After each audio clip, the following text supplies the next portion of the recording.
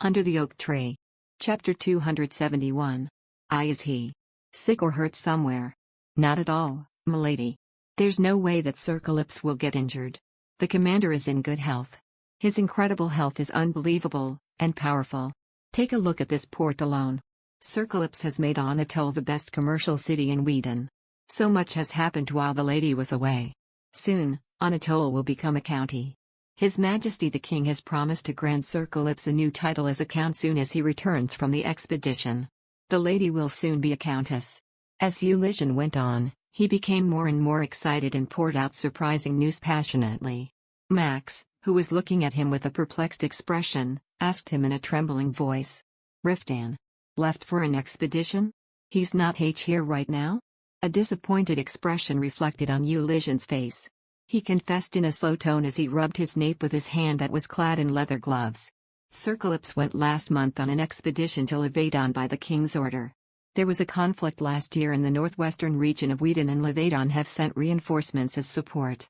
This time, monsters began sprawling in the eastern part of Levadon. His Majesty the King wanted to repay last year's favor by sending Whedon's most powerful knight.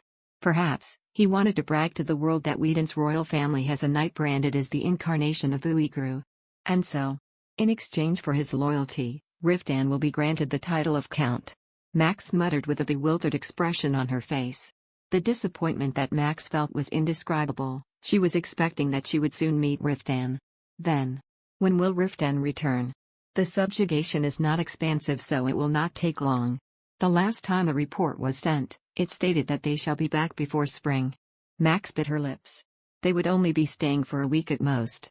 When the Holy Knights would arrive, the dispatch team would be heading straight to Pamela Plateau. The thought of not seeing Riftan before a long journey seemed to darken the light in her eyes. Please don't be too disappointed. I will send a telegram to Sir Calypso as soon as we arrive at the castle. If he is informed that the lady is back, he will immediately wipe out all the monsters and rush to get back here. Ulysses tried to comfort her, but it didn't help make her feel any better. Not only did she doubt that Riftan would really do as such, but it will take at least a month to get there from Levadon, no matter what rush it took. Even if Riftan hurried back as soon as he got the information, Max would have already left for Pamela Plateau by the time that he arrived. Max somberly shook her head.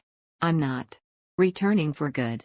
Supposedly, I have to train for a year more, but in exchange for joining the dispatch team, I was given a special magic ceremony to receive my attribute. I will have to leave for Pamela Plateau with the other wizards in the next few days. Pamela Plateau?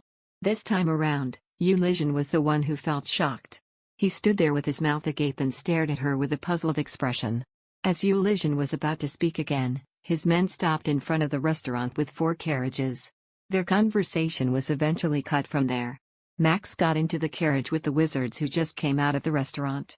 It seemed as if Ulysses wanted to talk more, but he climbed up on his horse as his men came by, handing his horse's bridle. We shall continue our conversation at the castle. Ulysses leaned his head into the window, sighed, and rode his horse to the front and took lead. Then, Sedina, who was sitting close to Max, began prodding her as if she had been very eager to know the truth. Max, are you really Lady Calypso? How could you pretend to be so innocent all this time? The World Tower's principle is to keep status and family a secret. Friends sometimes exchange secrets. I thought we were friends. I'm as sorry. It wasn't easy to bring up the truth. Sedina let out a breathless sigh as Max looked around and apologized embarrassingly. Well, it's not that I don't understand. The Ream Dragon Knights are indeed famous, but in Anatole, there is that person. If it was revealed that Max is Lord Calypso's wife, you would have suffered a lot. Come to think of it, we might be able to meet the traitor soon. How do you think Calto will react? Annette, who was sitting opposite of her, asked with eyes full of interest. Meeting Ruth Serble seemed to be more exciting to her than the warrior who defeated the dragon. Max smiled bitterly. Right now, I am not sure if he is in Calypso Castle. He probably went along on the expedition. Max then felt disappointment again. However, as Sedina bombarded her with questions about the Ream Dragon Knights, she was able to be distracted for a while from the disappointment of not meeting Riftan. After she tried shaking off that ill feeling, she began to exaggerate her husband's skills to her friends. After some time of talking endlessly, the wagon finally reached the gates of Anatole. Their conversations ended and they all looked out of the window. As the wagon passed through the city gates, Max was in awe and at loss for words. It seemed more like she was away for 30 years and not 3 years. Although the port's progress was indeed amazing, Anatole was very much prospering. The hills where sheep used to graze were now filled with stone houses at least 3 stories high, and buildings that she had never seen before towered all over the place. Max watched wagons and carts hold mountains of goods, giving her the idea of just how much Anatole's market had grown. The residents in the city must have also tremendously increased. It's unbelievable how the market is so busy even amidst winter. Anatole is an incredibly wealthy city. Sidina bursted in admiration as she watched the crowded streets. Max felt a complex mix of pride and anxiety. It indeed delighted her that Anatole had become so prosperous, but at the same time, it felt like a strange place as so much had changed. It felt like the world had been turned upside down while she was secluded on a small island. She feared that Riftan's heart changed along with Anatole. Max struggled to find any familiar scenery throughout the square leading to Calypse Castle, but it was in vain. What is Calypse Castle like? Soon. We'll see for ourselves. Max spoke cautiously, fearing that she would be faced with a completely different castle than what she had remembered. Their carriage eventually crossed the castle moat over the hill. Fortunately, Calypse Castle did not seem to have changed much. There were 2 new wooden buildings and a watchtower that she had never seen before, but the rough walls, spacious training grounds, and the knights riding on horseback were not much different from what she recalled. However, as Max got off the carriage, she soon noticed that the inside of the castle was full of strangers. Several visitors in decent clothing were busily going up and down the stairs, and most of the knights who took their helmets off to rest also looked unfamiliar. She then approached Ulysses, who had come down from his horse, and asked, "I haven't seen much of these people before." Ulysses spoke proudly as he looked at the wide grounds. Sir Calypse built an allegiance with the lords of the southern continent, and their sons came here to be apprentices. Most of them intends to succeed their fathers one day, but about half of them are hoping to become official Reamdragon Knights. Allegiance? Max estimated the count of the unfamiliar faces. There were around 30 of them. What would it imply for several nobles to entrust their successors to Riftan? So many thoughts came to her mind, so much that it felt like her head was heating up. The other ones went out to fulfill their assigned duties. The lady shall be able to meet them as soon as they arrive. For now, let us head to the main castle. Ulysses glanced at her, then turned his head to the other wizards. Everyone must be exhausted from the long voyage. We shall prepare your rooms immediately so you can rest. I would like to speak with the head priest of Anatole. Calto spoke in an indifferent tone as he looked around the castle grounds. The priest is staying in the main castle. I shall let him know of your arrival. They quickly made their way towards the castle. The winter sun shone ablaze, but the wind that was blowing was freezing and the flower beds in the garden had been frosted. Max embraced the shivering cat tightly under her cloak and crossed the garden she had landscaped herself, then headed towards the great hall. As they entered the wide-open doors, a familiar scenery unfolded. She looked around the great hall with a strange feeling. Sunlight poured down from hundreds of glass windows, which dazzled the entire hall, and the corridor leading to the kitchen smelled of roasted meat and freshly baked bread. Apparently, most of the people in the castle seemed to have gathered at the dining hall to prepare meals, with the exception of a few soldiers and young servants carrying firewood. Ulysses gave instructions to the soldiers guarding the hall in a solemn tone. Lady Calypse has returned. Call out the servants. The soldiers who were chatting on one side of the hall looked at them with a surprised expression and immediately rushed to the kitchens. After a while, around 5 to 6 servants came in a hurry. Max smiled brightly as she found a familiar face. Rodrigo. How have you been? Milady. You have returned. The butler greeted her with a young smile over his wrinkly face. Max also smiled brightly at Rudish, who was right behind him. Rudish, have you been well? I am doing well. I am delighted that the lady appears to be healthy too. The maid gave her a sweet smile and gently held her hand. Their warm hospitality seemed to have eased the tension. After greeting the rest of the maids, Max introduced Calto Serbil and the other wizards who were standing stiffly. These are guests from the World Tower. Please provide them with our best rooms. Everyone is exhausted from the voyage. I'll do as you have ordered. It would be nice to have some food. Annette, who was sniffing her nose towards the kitchen, spat out. If only I could eat several thick bacon and great tasting ale, I'll be more than satisfied. Calto Serbil shot her a stern look, warning her to behave gracefully, but Annette ignored him and gave Rodrigo an expectant gaze. Rodrigo then bent his back to Bo and politely spoke. "Please warm yourself up in your room and I shall have a meal prepared for you soon." The servants soon gathered their luggage and began climbing up the stairs. Ulyshen wanted to talk more with Max, but one of his men called him and he was forced to leave the castle once again. As he left reluctantly, Max went up the stairs with the 18 wizards. Rudish guided her to her room naturally. She thought that it was inappropriate for her to stay in a better room compared to the team's leader, Kalto, as she came here as a member of a dispatch team and not the Lord's wife, but Kalto didn't seem to mind. As the servants led the guests into their rooms, Max hesitantly entered her own room. Then, a familiar sight filled her vision. She then looked carefully into the cold room filled with a gloomy darkness. Nothing had changed in the room since she had left. "Shall I bring you a bath and a change of clothes?" Rudish asked, pulling the curtains off the window and skillfully lighting a fire in the fireplace. Max took the cat out from under her cloak and set him down on the floor. Roy, who had been shivering from the cold, immediately rushed to curl up in front of the fireplace. Rudish was surprised to see him. "Oh my goodness, I have always wondered where this little one has gone off to. How did he go after the lady? It seems that he was in my luggage when I left." Max looked down with pity at the cat who had suffered from a tough time. "Could you bring Roy something to eat? He couldn't eat anything while he was on the ship." "I shall bring him milk when I bring the water for your bath. Please wait for a moment." As Rudish headed out, Max took off her thick coat, laid it on the back of the chair, and slowly walked towards the bed. The sheets were clean, but they were cold.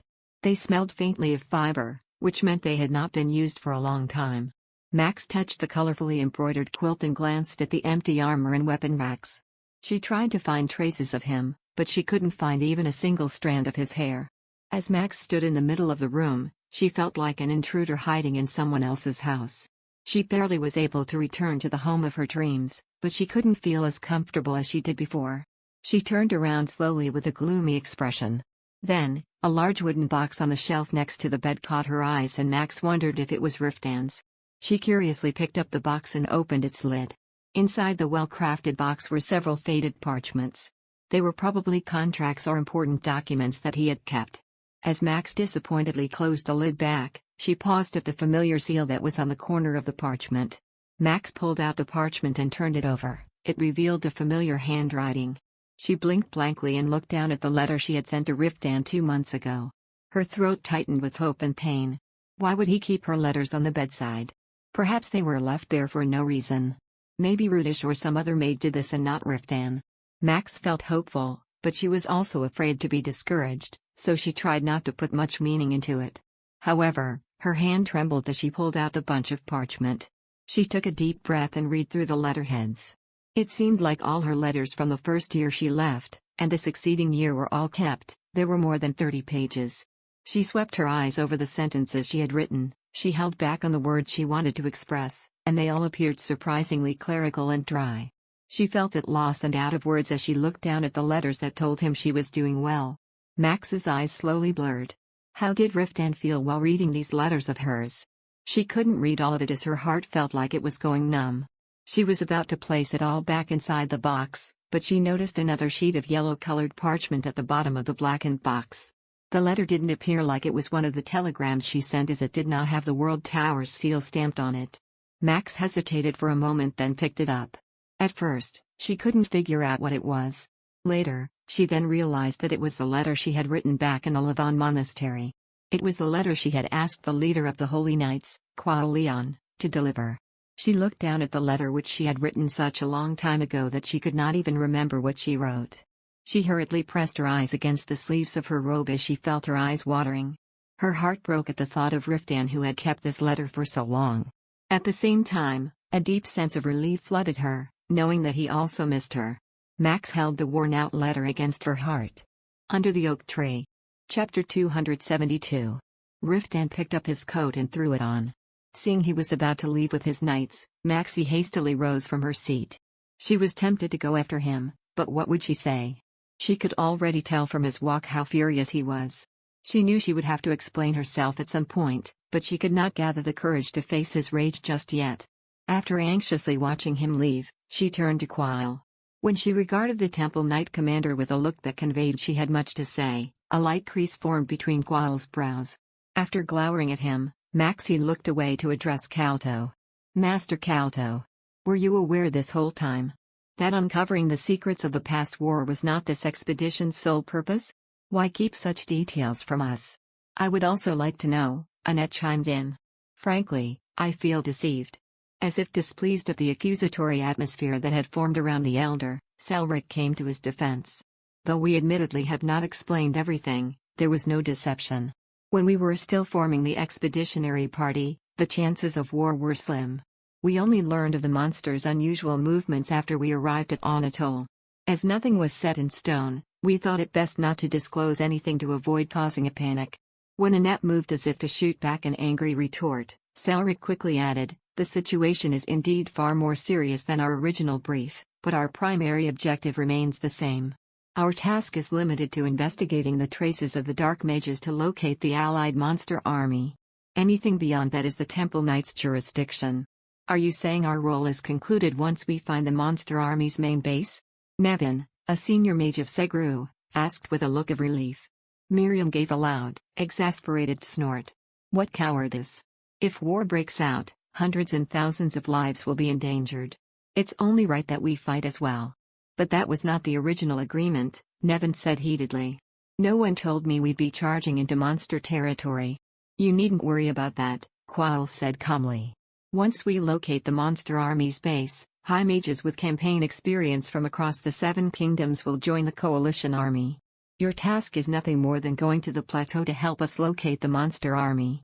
Ben, who was known for being the most prudent of the mages, cautiously asked, would it not be better to create a new party with more seasoned mages? Calta shook his head. It was unclear how the monsters were gathering their information, so we had no choice but to select from those who were left at the tower. Had we summoned our mages currently deployed across the continent, the lords they serve would have gotten wind of the situation. Lucan, a Kabbalah mage, broke his silence to finish Calto's sentence. And that would have affected the upcoming conclave. He was a man of a shy and particular nature, known only to talk to Alburn, with whom he shared a workshop. His thin face set into an irritated scowl directed at Quail. Let us speak plainly. Concealing your plans from the monster army was not your only concern. You wanted to keep it hidden from the nobles lest it completely shift the outcome of the conclave. Is that not why you sought a party of mages with no connections to any noble houses? A faint sneer formed on Quail's lips at the accusation. His green eyes glinted as he spat derisively. Even if that were true, would that be so detrimental to your cause? I should think the mages would also wish to prevent the Orthodox faction from winning the papacy. Unable to refute the knight's point, Lucan pressed his lips together in displeasure. In an attempt to take the wind out of the hostile air, Geoffrey, another mage of Segru, frantically waved his hands. His curt tone snapped Maxie out of her thoughts. Though her face momentarily grew warm from the rebuff, she did not give up. She pushed the bowl into his hands. Mine is ready as well. So you take this. Riftan scowled but accepted the bowl. Maxie scurried back to the pot to ladle out her share. Before hurrying back, she grabbed a few loaves of bread and cheese. She found him in front of the Ream Dragon nightstand, already eating the stew. When she cautiously walked over, Elliot quietly rose to leave. He, Baron and Ulysseon were not far off, waving enthusiastically as they made their way over to join them in front of the tent. Elliot grabbed the pair and dragged them away. Maxie shot him a look of gratitude before taking a seat next to Riftan. He did not look up, opting to keep his gaze on his bowl and shovel stew into his mouth. When she realized he was not going to meet her eyes, anxiety got the better of her, and she spoke first. Do you like it? I made it. Riftan's hand paused for a moment. Maxie silently waited for any reaction from him, but he resumed eating without saying a word. Hiding her embarrassment, she began chatting enthusiastically. Do you remember the last time we ate stew together like this? It was raining. And you made it by boiling herbs and sausages in a flask. Don't you think this tastes similar? I sometimes found myself missing that flavor, so I came up with this recipe after several attempts. People generally seem to like it whenever I make it for them. I did my fair share of cooking at the Mage Tower, you see. The novices take turns. And I struggled in the beginning since I'd never cooked in my life.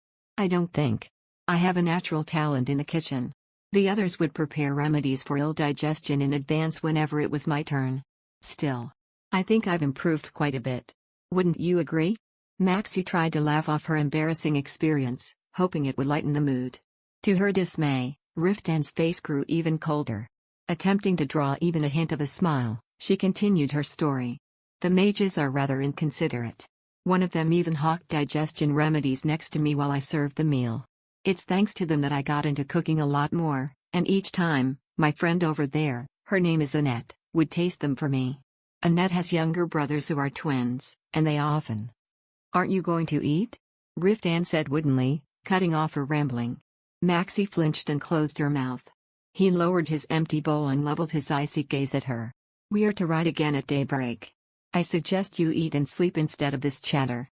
I was only hoping to talk to you for a little. Before she could finish, Riftan picked up his sword, rose to his feet, and marched to where the knights stood guard. After blankly watching him go, Maxie's face twisted into a tearful expression, and she began to wolf down spoonfuls of the tepid stew. He didn't even notice I gave him the biggest piece of meat.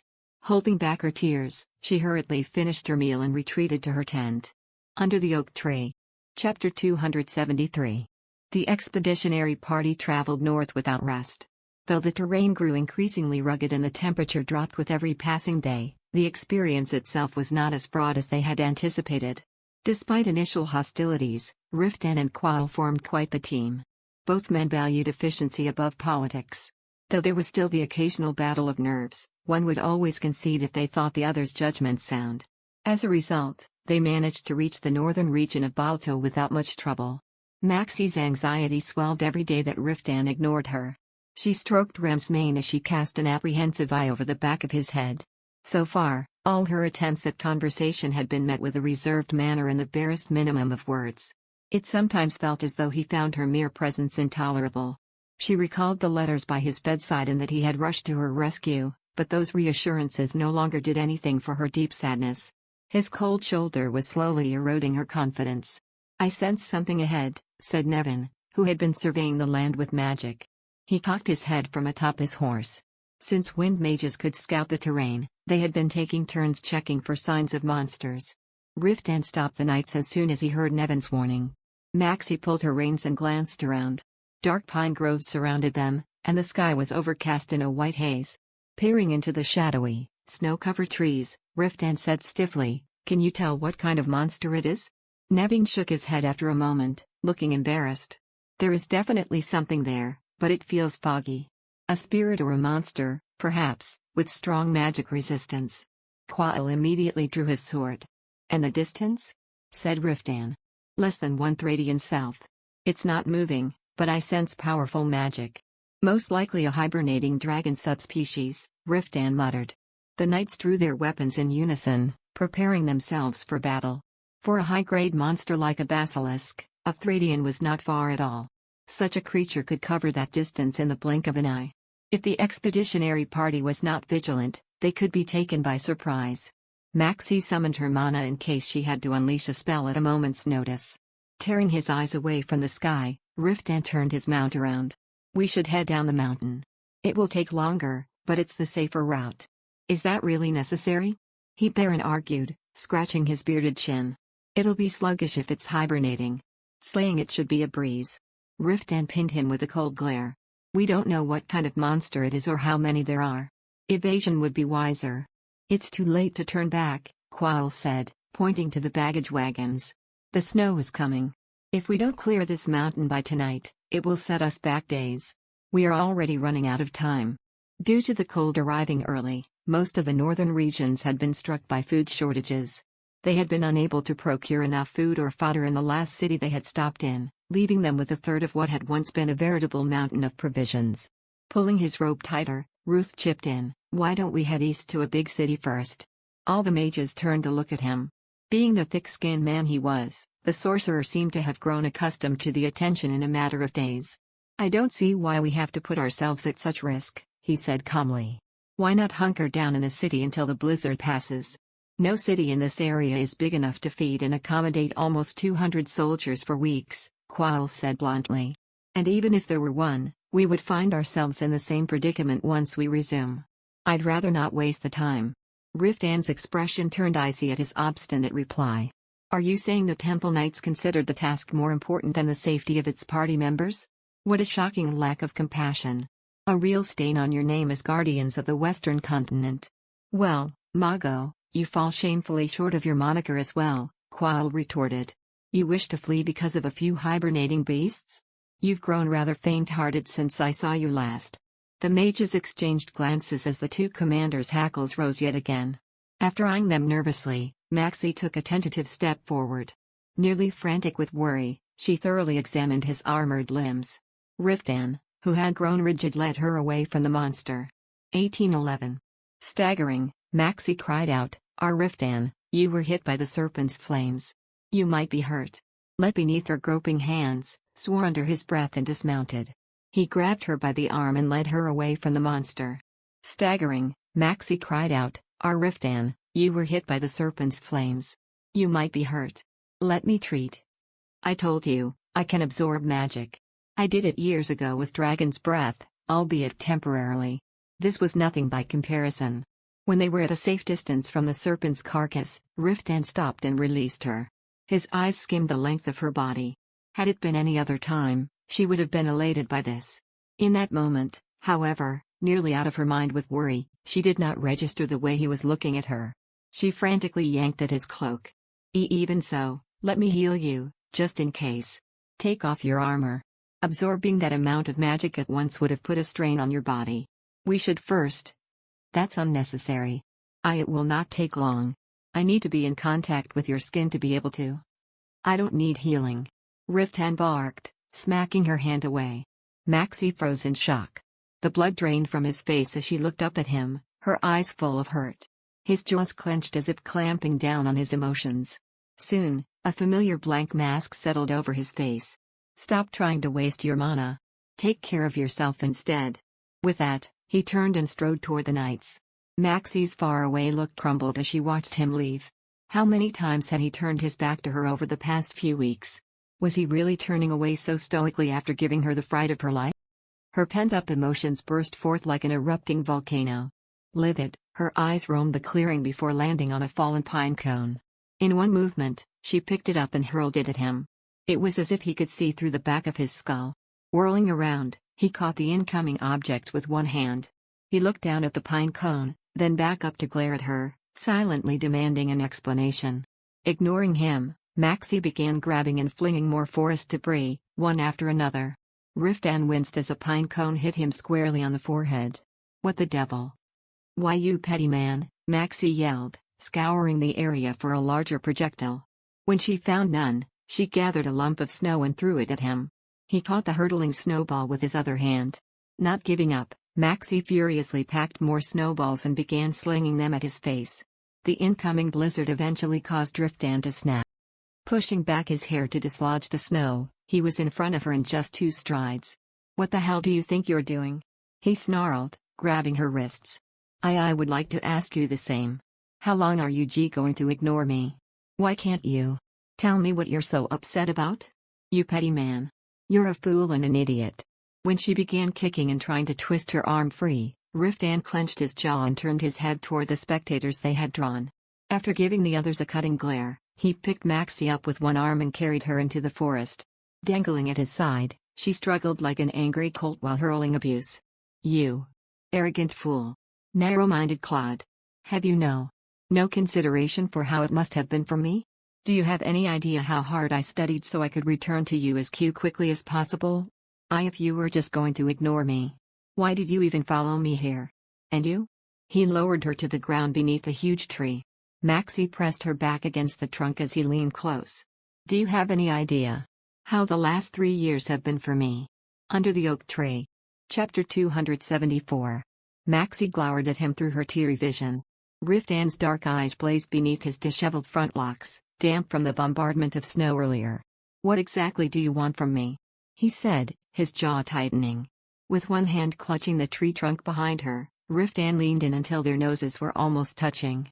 She could feel his arm trembling ever so faintly. Do you want me to act as though you never left me, as though I was never abandoned? Like I haven't lived the past 3 years in despair? Is that it?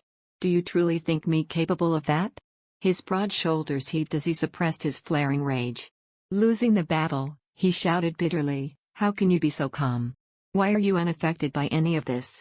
Do you not see me barely holding myself together through this madness? God damn it. Is that why you test my patience at every corner? Because you're truly unaware of my torment? A thud resounded above her head as his gauntleted fist smashed against the tree. Do you have any idea how? Maxie recoiled as he clenched her forearm. Riftan promptly released her, looking deeply ashamed. After scrubbing his face as if scraping up the last of his patience, he backed away from her. She could see him trying to smother his emotions again. Maxie latched onto his cloak.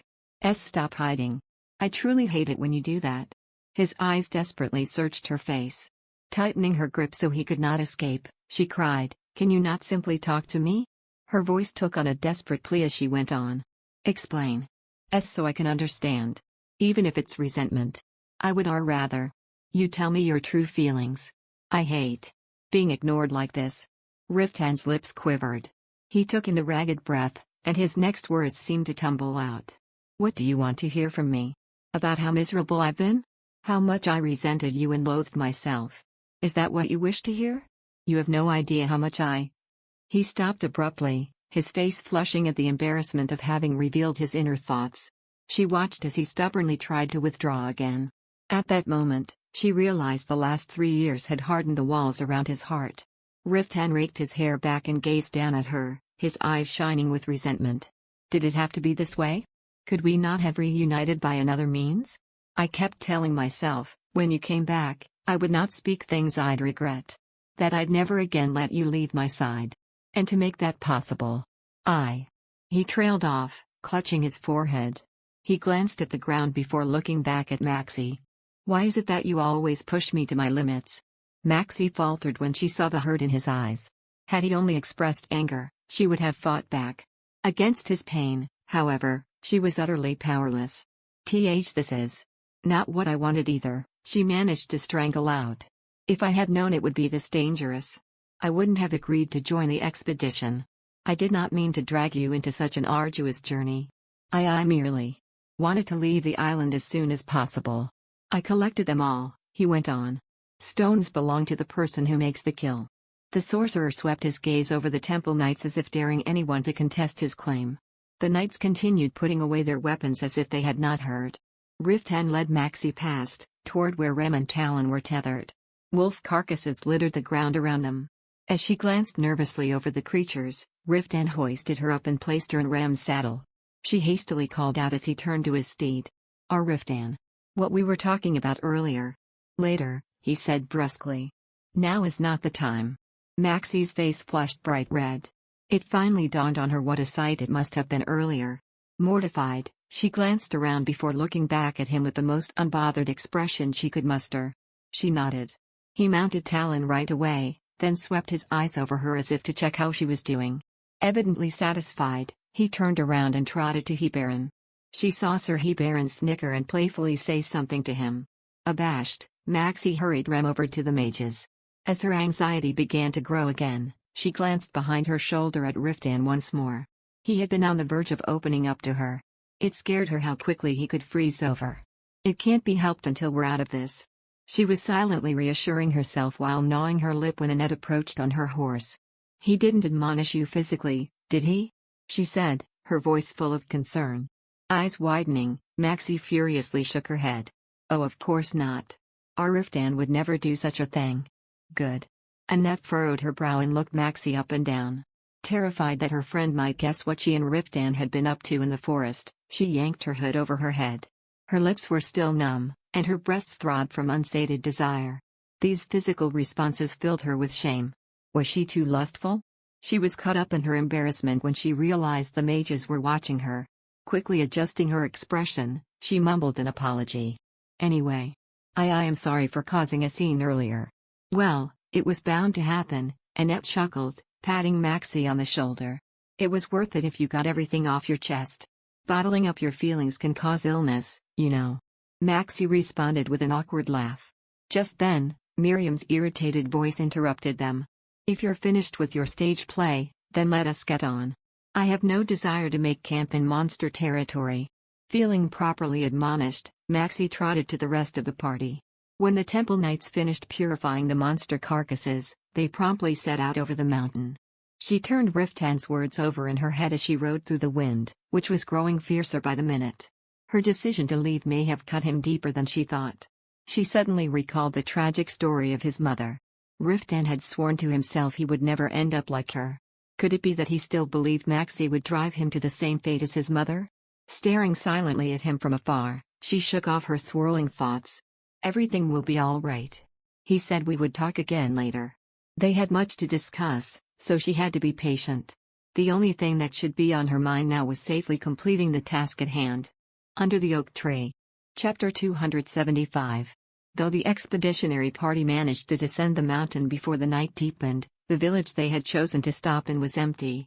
It seemed all its inhabitants had migrated south a long time ago. After poking around the broken-down fences and decrepit homes, they patched up some of the cottages that were in relatively better condition. In no time at all, the temple knights set up makeshift lodgings by covering the dilapidated roofs with leather sacks and adding planks to the walls. The mages cleared rats and spiders from a barn to feed and water the horses. Riftan and his men mended the battered fences and lit fires around the camp, keeping an eye out for possible monster attacks. "Is all this really necessary for one night?" Ruth grumbled as he drew a temporary barrier rune around the fences. Brushing off the thick snowflakes that clung to his face, Riftan glowered at the sorcerer. "If you don't want tonight to be your last, do as you're told. There are 19 other high mages here. Why must it be me?" Baron was sipping wine further down from them, resting against the fence. "You'll have to take that up with your uncle," he said, smirking.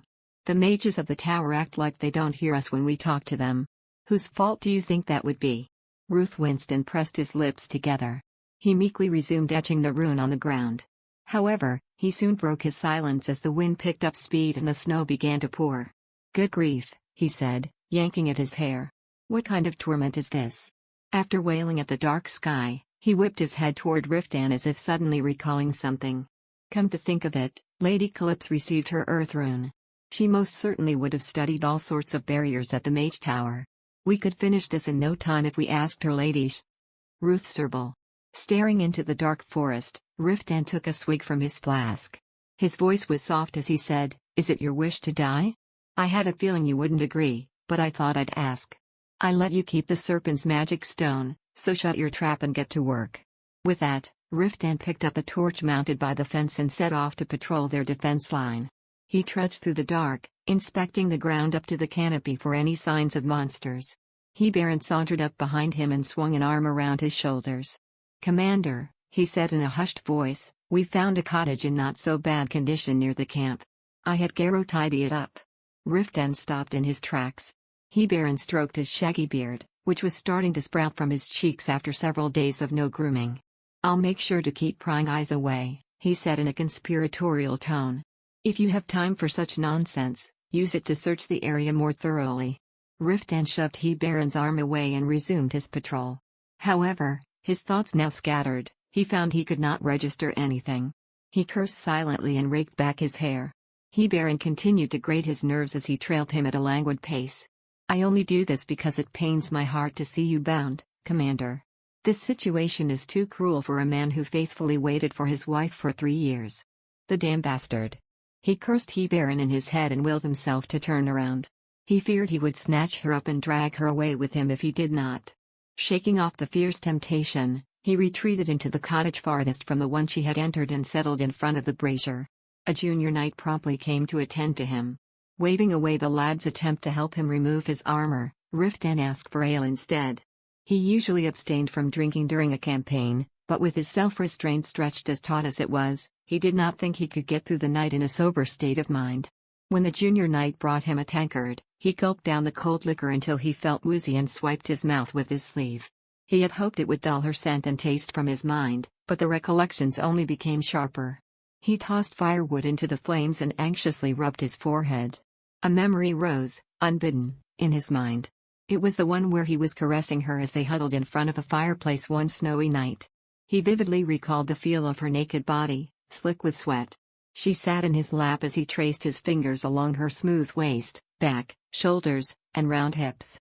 The sensations were burned in his mind, the way her curls draped over him like a cotton blanket, her soft breasts, rosy nipples, and even the delicate texture of the hair between her legs.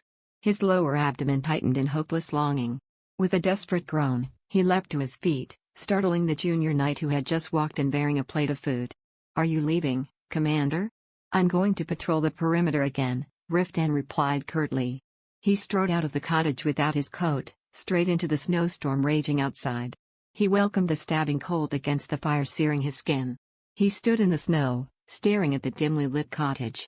Even just knowing she was near made him feel as if he were being burned alive. All this time, he had fought to keep his thoughts from straying to her. Even the simple memory of her smile was torment enough. He thought of her cheerful voice, infuriating stubbornness, and reckless behavior that, more often than not, drove him to the brink of madness. It was better not to feel anything at all. Yet, whenever he tried to smother his emotions, she always managed to shake his resolve with no effort at all. It frustrated him to no end. Will I be able to contain myself until this expedition is over? He scrubbed his face again and paced near the cottages. What reason was there for him to reject Baron's suggestion? Maximilian was his wife, and he no longer wished to be separated from her. He wanted to hold her tight, to kiss her to his heart's content. He wanted to make love until they were both exhausted. He wanted to fall asleep with her under the sheets, lulled by her voice, and be greeted by her face in the morning. But he knew giving in to his desires would completely break his willpower. Even now, he could barely contain the urge to whisk her back to Anatole. He stared at her cottage in a kind of silent penance before trudging away. The expeditionary party continued north along the Rangel Mountains, which separated Balto from Levedon. They suffered 2 further monster encounters along the way. However, thanks to the combined might of the Ream Dragon and Temple Knights, there were no grave injuries. They eventually reached the northern plain on the other side of the mountain valley. A strange sense of awe filled Maxie as she gazed over the vast, glistening snowfield. She felt as if she were standing on a blank parchment made for giants.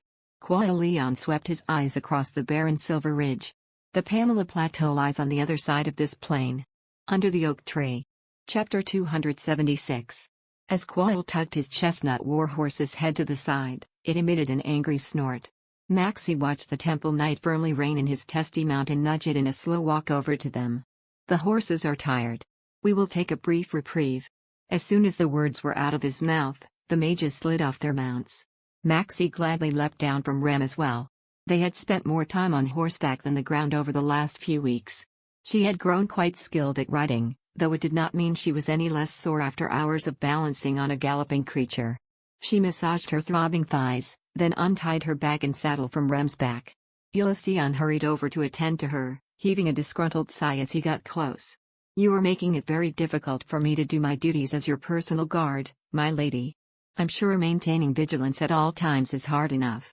Let me take care of the menial tasks on my own." Before the young knight could say any more, Maxie put her pack aside and led Rem to a wagon. Ulysses followed her, mumbling under his breath. They pulled out a sack of fodder to feed the horses, then proceeded to rest behind the windbreak the knights had erected. Though the day was freezing, beads of sweat formed on Maxie's forehead as she tended to the horses. Traversing the barren Northland in the middle of winter, when both grass and water were hard to come by, was far more difficult than she had anticipated. Royald was thawing himself by the fire. He called out, "Sludge, enough of that. Come rest."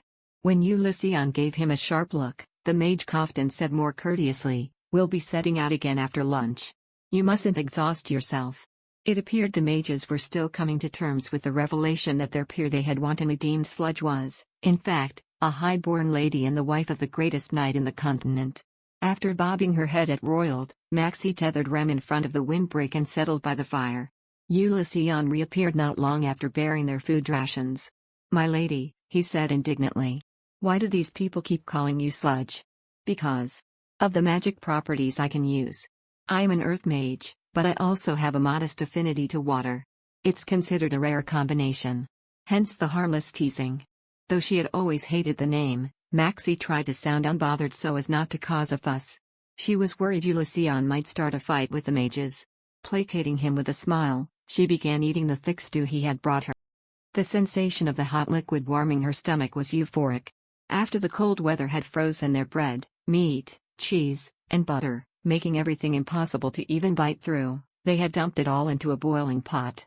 Despite the lackluster culinary effort that had gone into it, the resulting stew was rather savory. "Have you seen Riftan?" Maxie asked, chewing a piece of meat. "Do you know what he is doing?" Whenever the expeditionary party stopped its march, the knights did not rest. Instead, they set about retrieving and lighting braziers, erecting windbreaks, searching for much-needed water, and scouting the area for monsters. Only after that did they finally sit down to eat. Worried that Riftan might be skimping on sustenance, Maxi eyed the group of Reamdragon knights. The commander is over there butting heads with the temple knight. When Maxi turned to face Hebarin, the burly knight was chomping on a cut of frozen jerky. He pointed away with his thumb. Maxi squinted over to see Riftan and Quail seated at opposite ends of a table with a map spread between them. Though they were quite a distance away, she could tell they were indeed engaged in a battle of nerves. Arriving after Hebarin, Garrow shook his head. They are arguing about which route to take. It's rather terrifying to watch. I had no idea they were so ill-disposed to each other. It is that temple knight who's trying to pick a fight with Sir Riftan, Ulysseon retorted, leaping to Riftan's defense. I would wager he's still angry about his defeat all those years ago. He is a petty man, that fellow. Maxi flushed as she was reminded of the obscenities she had flung at Riftan, though she knew Ulysseon had blurted out the word without much thought. He added darkly, it's usually the beaten dog that barks the loudest. Again with the biting remarks, Hebarin said. He shoved the remaining jerky into his mouth and clicked his tongue. Go easier on the man. It's not as if the Holy Sword acts that way without reason. It's a clash of personalities, to be sure, but we all know our commander refuses to listen to anyone if he thinks he's right.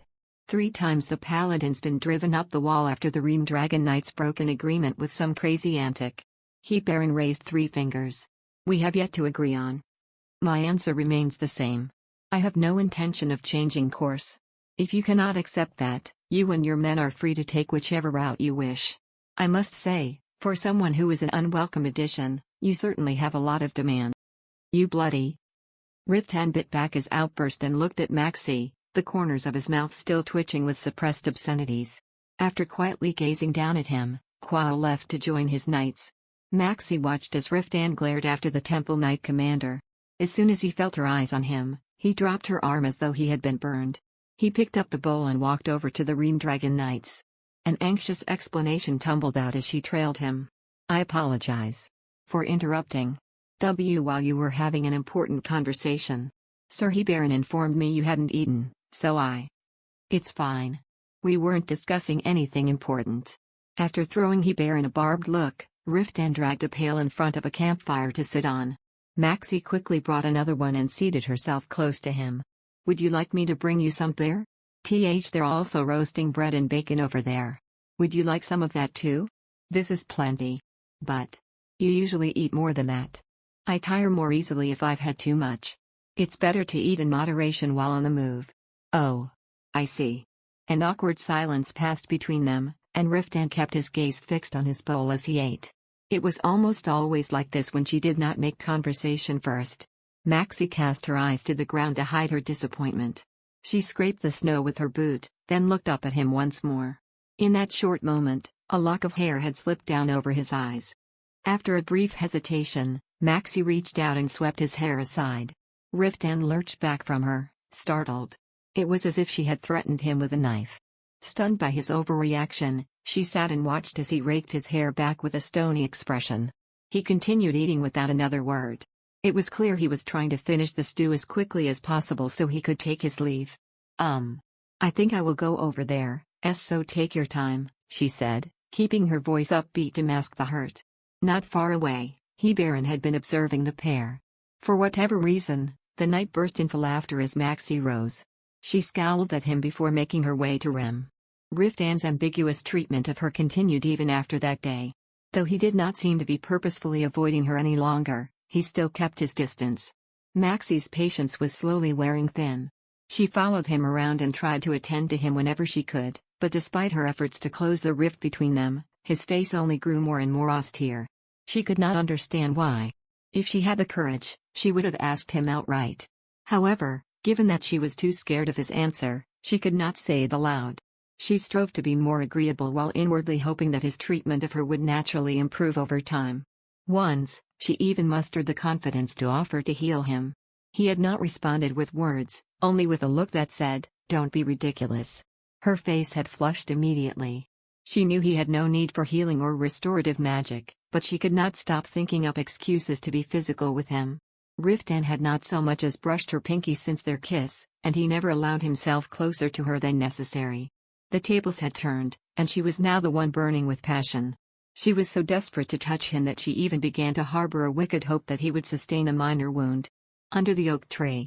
Chapter 277. The mana concentration is oddly sparse. Maxie had been lost in her thoughts when she jerked her head up at the gruff voice.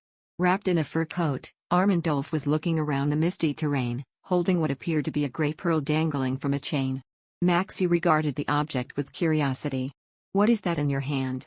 "It's a mana gauge made of fairy egg." Armand moved the thumbnail-sized orb closer to Maxie.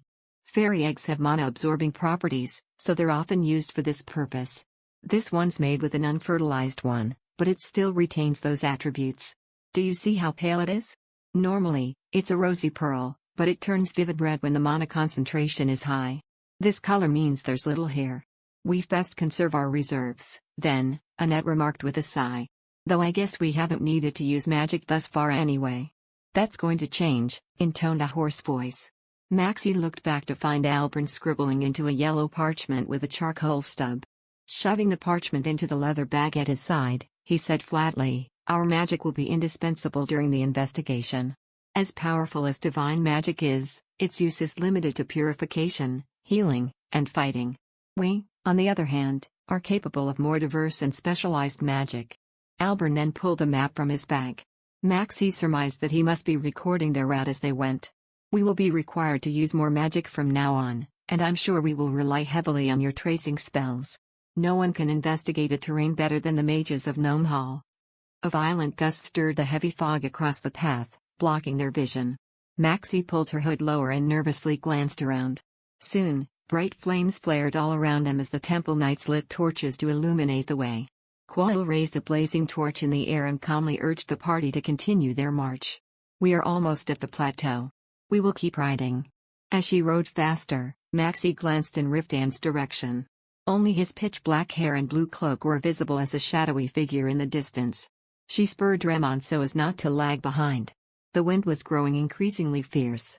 To make matters worse, it had begun to snow. The firestone nestled in her chest did nothing to stave off the bone-deep cold. She wished for a place they could take shelter, even for a short while, but the vast emptiness stretched as far as the eye could see. She blew into her gloved hands and tried to warm her freezing ears and cheeks. Just then, there was a deep growl, and a massive creature burst from the fog. The knights drew their swords. A beastly grumble and the sharp sound of steel mingled in the howling wind. What is it this time? What's attacking us?" Royald cried out shakily as he cast a barrier. Maxie hurriedly cast a shield as well, her eyes darting around in panic. Though she could make out hazy shapes surrounding them, the misty conditions made it impossible to discern what they were. The knights appeared unruffled, dispatching the beasts with cold proficiency. They swung their swords as the beasts came hurtling toward them like cannonballs. One of the monsters crashed to the ground in a spray of dark red blood. It was only then that Maxie was able to see their attackers. The monster splayed on the ground was a massive wolf the size of a bull. Its front leg was twisted, and she watched in horror as it writhed in pain. It did not look like a man-eating wolf. Long, pointed horns protruded from its enormous head, which was covered in brittle gray fur. Its eyes were crimson like two pools of blood. Maxie gazed expectantly at Riftan, hoping he would ask her to ride with him, but he only stared at the rock face with his lips pressed in a thin line.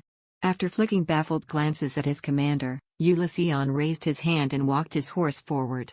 Much to Maxie's relief, Baron grabbed the young knight by the nape and clapped a hand over his mouth.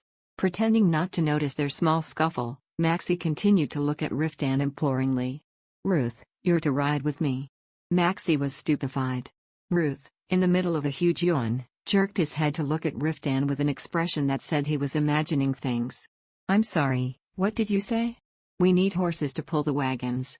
I want you to offer yours and ride with me." There was a warning in his voice that very clearly told the mage not to make him repeat himself. After blinking several times, Ruth's face twisted into a scowl. "We would be a right eyesore of a pair. Could Lady Calypso not ride with you?" "Her horse isn't strong enough to pull a wagon," said Riftan calmly. Ruth's head swiveled to Maxie's slender mare. Though the elegantly proportioned horse had powerful legs and exceptional speed, it was true that she lacked the build to pull a heavy wagon. Acknowledging Riftan's point, the anger seeped out of Ruth's voice as he said, "Then, I shall ride her ladyship's horse, and she can ride with you. That would certainly be easier on Talon as well. You're not much heavier than her, so cut the drivel and get on." Maxie gaped in shock. She simply could not let the remark slide. How could you say such a thing? I am much lighter than Ruth." Riftan ignored her and continued to glare at the sorcerer. Finally giving in to the pressure, Ruth dismounted and trudged over to Talon with a disgusted look on his face. Paying no mind to Maxie's fuming, Riftan helped the sorcerer settle into the saddle behind him, then trotted to the head of the party. Maxie watched them go in disbelief. Hebarin clicked his tongue. "That ailment of his is worse than I thought." When she gave the knight a baffled look, Hebarin shrugged as if to say it was nothing. "Well, the pairs have all been decided. We should hurry before the day is out." Sensing his evasion, Maxie narrowed her eyes. Still, she had to acknowledge that he was right. She spurred Rem onward. The party set out for the rock face when they finished loading their luggage onto the wagons. Though their destination had appeared to be fairly close, the sky was dyed indigo by the time they reached it. Exhausted, Maxie looked up. The rock face towered so high that she could not see the top, even with her head bent back. "It is this way," said Quile. He led them to an opening in the rock wall. The mages lit the way with small balls of light in their palms while the knights kept a vigilant eye out for signs of danger, their weapons drawn. They carefully wound through the ravine before the path eventually widened. Soon after, they found themselves in a spacious area within the chasm. Quile gave the orders to halt. Under the oak tree. Chapter 278. We will make camp here for the night. As soon as the words were out of the temple knight's mouth, Ruth leapt off Riftan's steed. Sidina chortled, evidently finding the sight comical. Maxie, on the other hand, did not feel amused at all. After sullenly staring at the back of Riftan's head, she climbed down from Rem and surveyed the ravine. The rock walls on either side arched inward as they rose, almost obscuring the sky completely. The narrow passageway leading out blocked the violent gusts raging outside. Though it felt cramped for a party of nearly 200 people, the fact that it sheltered them from the wind and snow was enough to make it a lavish sanctuary. "Maximilian, can you check for monsters hibernating underground?" Anton yelled as he helped Calto dismount. She sensed Riftan turning to look at her. Pleased by his disgruntled expression, she made a point of ignoring him and nodded happily. "Yes. I'll help," Armin said, hopping down from his horse. While the pair scouted the ravine with tracing magic, the knights and the other mages began setting up camp. Maxie extended her mana web as wide as possible and did not rest until she had scoured deep into the earth. By the time she sat down to rest by the campfire, her hands felt frozen solid. She was holding them up to the flames to thaw them when Sidina, who was on dinner duty that night, shoved a large bowl of stew in front of her. "Here, this is for Sir Riftan." Maxie instinctively accepted the bowl and was about to take it to him when she came to a halt. Why bother with someone who had chosen a prickly nettle of a man as his riding partner over her? Returning the bowl, Maxie grumbled, "Why are you giving me his ration?" "Why? Because you always take his food to him." "Well, not anymore," Maxie replied, raising her voice loud enough for Riftan to hear. She pretended to poke the fire with a twig. Rolling her eyes, Sidina shrugged and called for Ulysseon, who was securing a tent to the ground. She handed the bowl to the young knight, who promptly rushed off to deliver it. Maxie watched Riftan out of the corner of her eye. He accepted the bowl, his face impassive, and settled near his tent. The sight quelled her boiling anger, and a strange sense of sadness took its place. Once upon a time, he would have been beside himself trying to appease her. Maxie's throat tightened as she recalled his tortured face after a few days of her refusing to look at him. Perhaps too much had changed in 3 years. She stared forlornly into the crackling fire for a while before fetching her supper and shoveling it down by the spoonful. From that day on, Maxie stopped trying to close the distance between them. She did not wish to pine after someone who made it abundantly clear he did not want her company. On the odd occasion they ended up interacting, she could see him forcing his replies. It was so painful to watch that she endeavored to keep out of his way as much as possible. Noticing the change in her, Hebarin quietly approached and said teasingly, "My lady, have you given up chasing around the commander like a duckling?" At Maxie's glare, Hebarin theatrically hunched his shoulders and pretended to be intimidated. "My word, it seems you're livid with him this time. Sir Hebarin. You seem to be finding this situation incredibly amusing." The knight's grin waned slightly at Maxie's barbed tone. Scratching the back of his head, he said sheepishly, "It was not my intention to tease, my lady. I genuinely wish for the two of you to. How much longer do we have to go? Why would they need another when there are 19 of?" Riftan's frightening glare cut short Ruth's complaint. Sighing, the sorcerer slid off Garrow's horse. The mages began lowering the wagons when the Temple Knight's fires flared to life at the bottom of the valley. Levitation was a simple spell, but they were forced to use more mana than normally required because of the scarcity in the area. The mages took turns in an effort to conserve their energy. When all of the horses and wagons were safely at the bottom, the mages descended the valley in groups of 4. Maxie ended up in Lucan, Keel, and Ruth's group. Just as she was about to set off, someone grabbed her shoulder. She looked up to find Riftan bending over on Talon. "You will go down with me," he said woodenly as though commanding a subordinate. Maxie blinked. Why would he ask her to ride with him after barely acknowledging her presence for days? A hint of nervousness rose on his face when she only stared back wordlessly. "What are you waiting for? Get on." His grip on her shoulder tightened. She frowned, too upset with him to readily accept his offer. Taking a leaf out of his book, she gently pushed his hand away and kept her tone somewhat cordial. Thank you, but I shall have to refuse. I can make my own way." Riftan stiffened ever so slightly. For a brief moment, she regretted rejecting him. She slid on a mask of indifference and turned away. Soon after, she climbed down the valley with the other mages. Even though Lucan summoned a ball of fire to light their path, it was still not enough to pierce through the haze. Maxie began to feel a creeping fear as the fog thickened to the point where they could not see their own hands in front of their faces. Again, regret at not taking the ride with Riftan pricked at her, but she quickly pushed it from her mind. She slowly picked her way down, trying her best not to slip. At long last, her foot touched the bottom. Her whole body felt tense from the nerve-wracking descent, and she sank to the ground in exhaustion. When she finally looked up after catching her breath, she saw Kuao Lian mounted on his chestnut horse, a blue flame burning in his hand.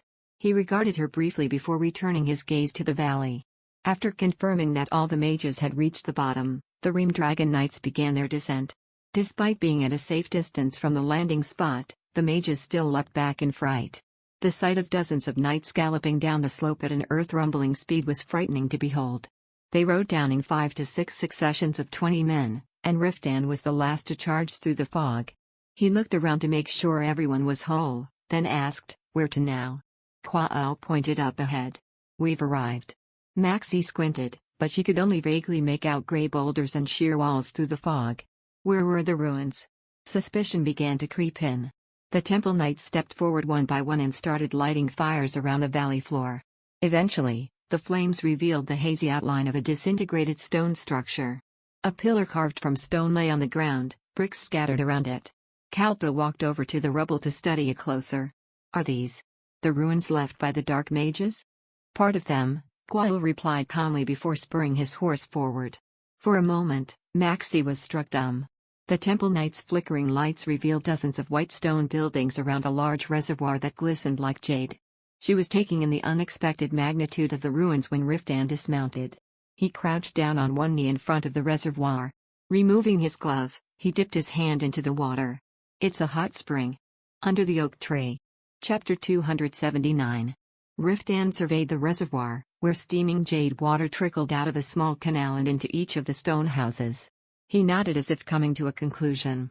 This natural source of heat is likely what made it possible for them to survive in such a desolate place. "I understand how they kept warm, but what about food?" Ulyssean asked, cocking his head. "What else could they hunt in such a wasteland but monsters?" Riftan said cynically. Maxie hunched her shoulders. The consumption of monster blood or flesh was considered an abominable sin even by the Reformed Church. Maxie nervously studied Kuao's emotionless face. The Temple Knight pretended not to hear Riftan and calmly steered his horse around to Kalto.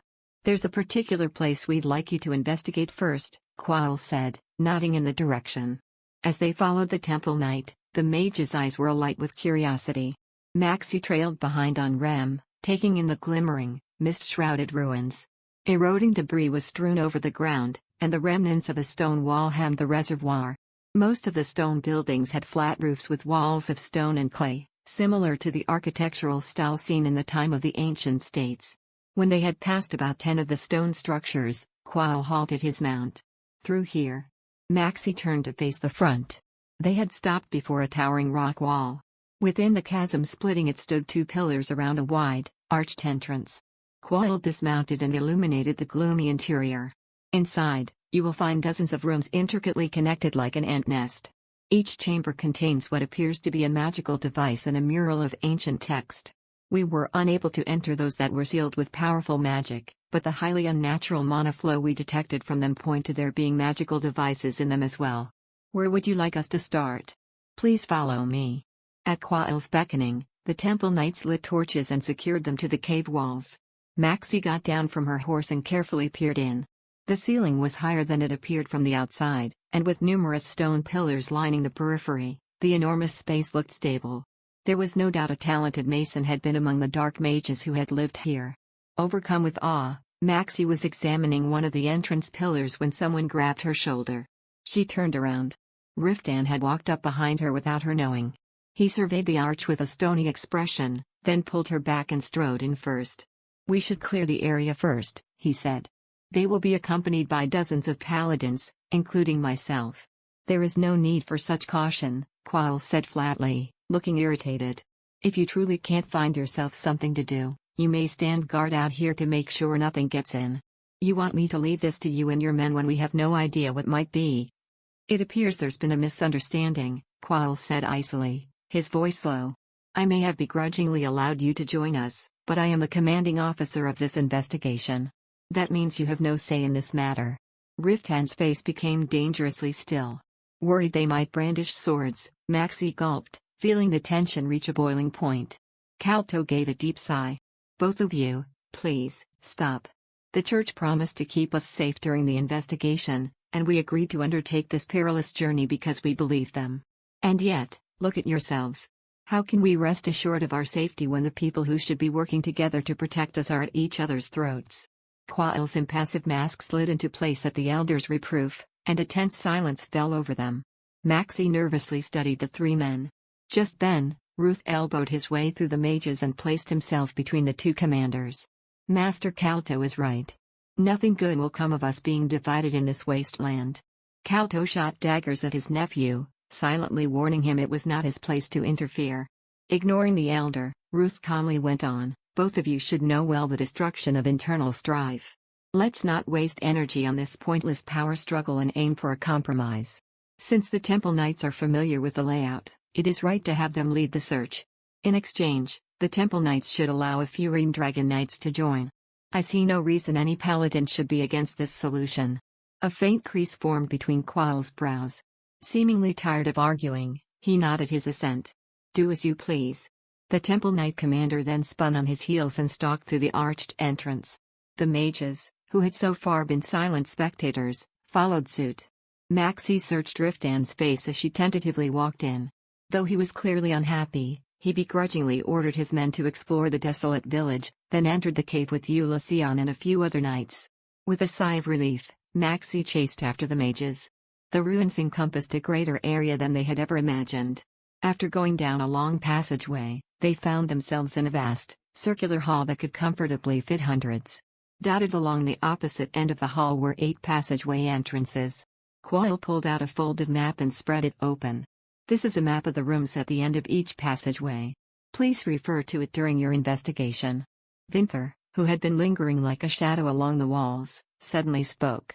"There are 6 or so more rooms with similar devices." Maxie looked at him in shock, and Annette groaned. "This expedition isn't over yet." They examined the devices until their torches were almost out, after which they were forced to leave the room at Riftan's insistence. When they stepped out of the cave, they found the knights and the other mages preparing supper, the camp already set up. Calto was listening to the other mages' findings. He spotted Maxie and called over in his solemn voice, "Were you able to learn anything?" Maxie showed him her illustration of the mana circuit and described the room to him. After studying the sketch closely, Calto motioned with his head for her to rest. She let out a tired sigh and looked behind her. Riftan, who had stuck close to her like a shadow within the cave, had already rejoined the Ream Dragon Knights. He was currently listening to Elliot's report. After sneaking glances at his grim face, Maxie settled by the fire with her supper. She was filling her empty stomach with baked sausages and potatoes when Sidina came running toward her. "Max, Annette. Guess what I found? Maxie chewed through a mouthful of potato, eyes bright with curiosity. Across from her, Annette furrowed her brow. Do you make some grand discovery? A bath. I found a bath, Sidina exclaimed, clapping her hands. There's a large spring bath inside that building over there. She flung her arm in the direction of the stone structures by the reservoir. The mages and the knights, who had been expecting a more startling discovery, looked deflated as they resumed their meals. The only one who seemed to match Sidina's excitement was Maxie. To her, the discovery could not have been grander. Though she had made do with melted snow and a towel throughout the journey, lately, she had not been maintaining herself as frequently due to the freezing weather. After having given up on staying clean, the prospect of a warm bath was music to her ears. Swallowing dryly, Maxie glanced about. No matter how enticing, however, she still felt averse to the idea of stripping bare so close to all these men. She nervously searched the faces of the mages and knights. I had a look around. It was fairly clean, Sidina said eagerly, coaxing her on. You're dying for a bath too, aren't you, Max? Come, let's take one together. What are you fretting over? Come, said Annette, picking up her bag without a hint of hesitation. The temptation finally won. Maxie followed Sidina, a change of clothes and a bar of soap tucked under her arm. The bath was in better condition than she had expected.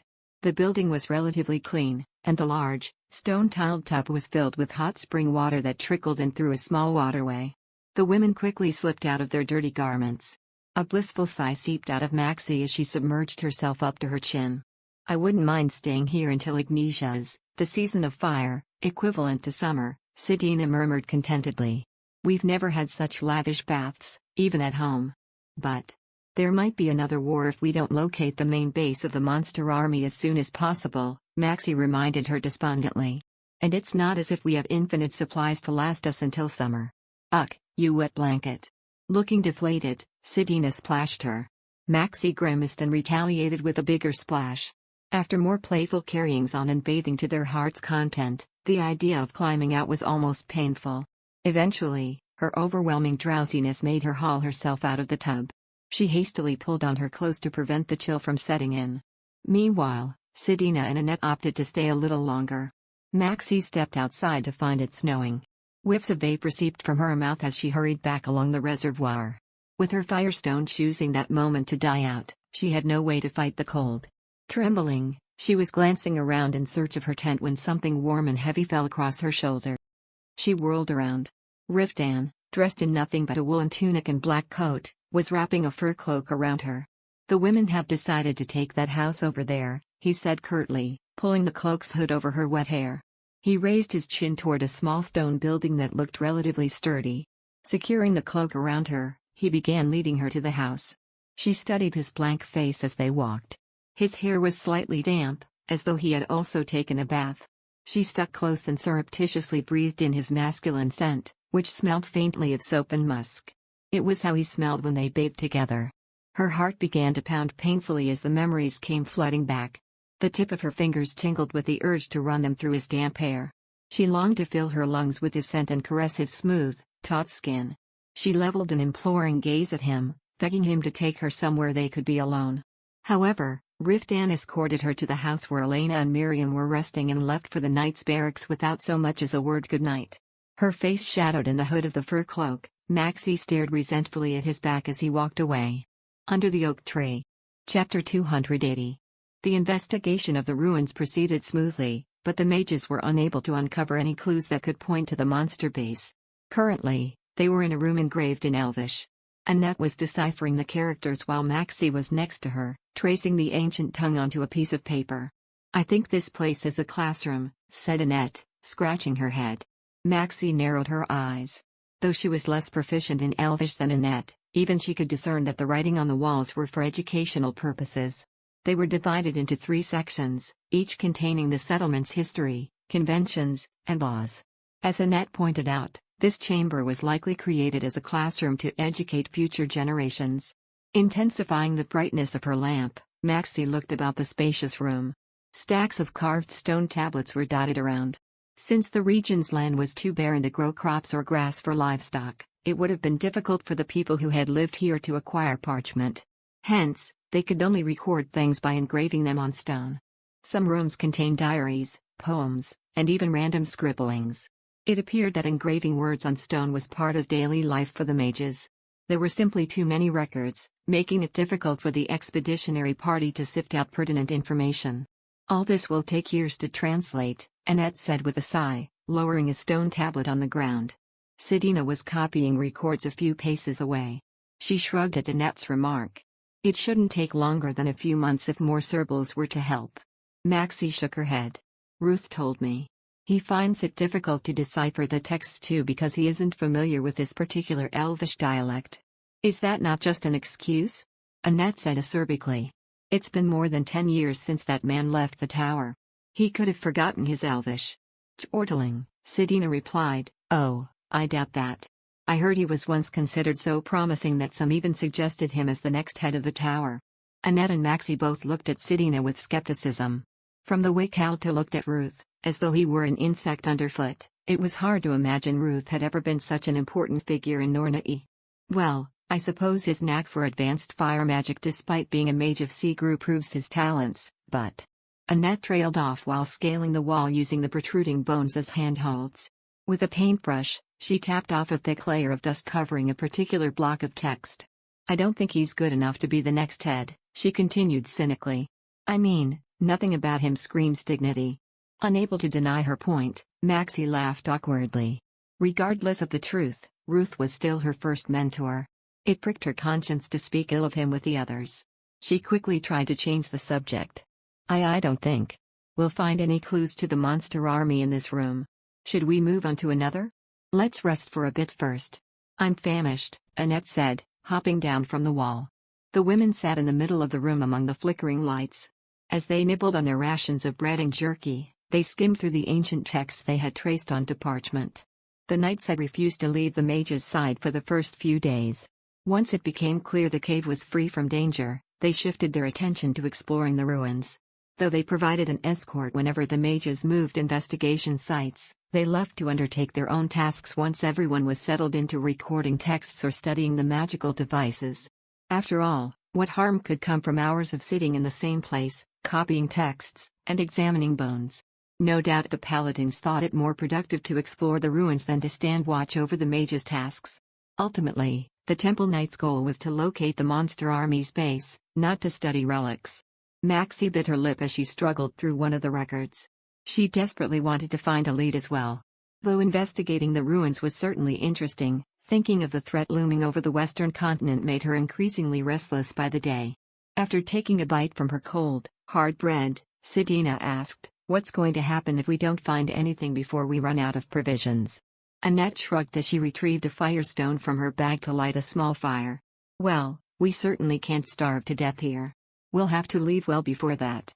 Aren't we copying all these records in anticipation of that possibility?" She shook the copies they had made so far. "As long as we have these documents, we can continue our research on the dark mages. I'm telling you, everyone at the tower will be hopping in excitement when they see these.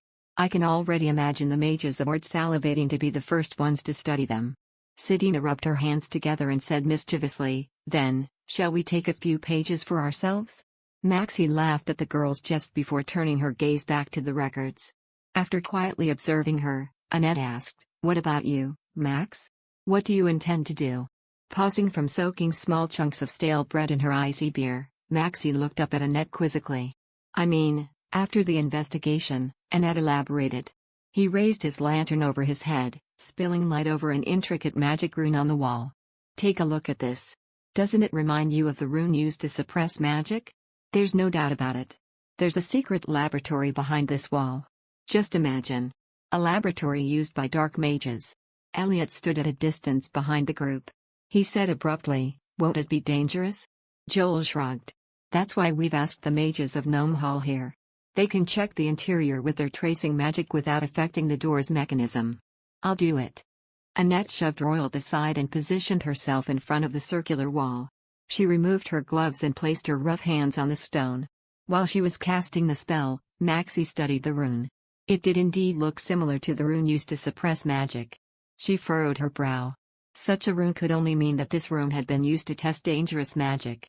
Would it not be wiser to ask more knights to join them?